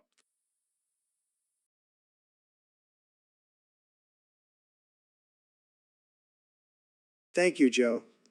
It's great to be here. But can we hurry this up? I have an appearance on Artificial Intelligence Family Guy in 5 minutes, and I need to become animated. Wait, what? You're going to be on Family Guy? That's right, Joe. They wanted to do an episode about me, and I couldn't say no. It's going to be huge. Well, I guess that explains the orange skin and cartoon hair. Hey, they nailed my look perfectly. It's almost like they've been studying me for the past 4 years. So, what's the episode about? It's about me saving the world from aliens. You know, because I'm the best at everything. I even have a Space Force now. Wow, that's impressive. But let's get back to the podcast. We were talking about your presidency and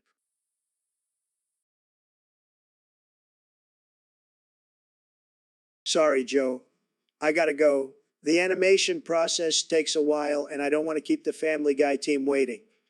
Plus, I have to make sure they make me look good. Can't have any fake news about me looking bad. All right. Well, thanks for stopping by, Mr. President. No problem, Joe. And remember, I'm still your president in 2024, so keep America great. Sure thing. Thanks for listening, folks. And tune in next time for another episode of the Joe Rogan Experience. All right, folks, welcome back to the Joe Rogan Experience. Today we have a very special guest, none other than myself. Wait, what? How is that even possible? Well, you see, Joe, I was doing some DMT and accidentally created a singularity that cloned everyone on Earth infinitely. Whoa, that's insane. So are we all just clones of each other now? Yeah, pretty much. And unfortunately, that means we're all gonna suffocate in a matter of seconds. Shit, that's not good. But hey, at least we're all in this together. Yeah, and we can finally settle the debate of who the real Joe Rogan is. Oh man, I never thought I'd have to fight myself to the death. This is gonna be wild. And just think, there's an infinite number of us out there. We could have a whole tournament. This is getting out of hand. I think we should have stuck to talking about DMT and aliens. Agreed. But hey, at least we'll go down in history as the guys who created a singularity and suffocated ourselves. Yeah, that's definitely not something you hear every day on a podcast. Well, thanks for joining me, Joe. No problem, Joe. It's been a pleasure talking to myself.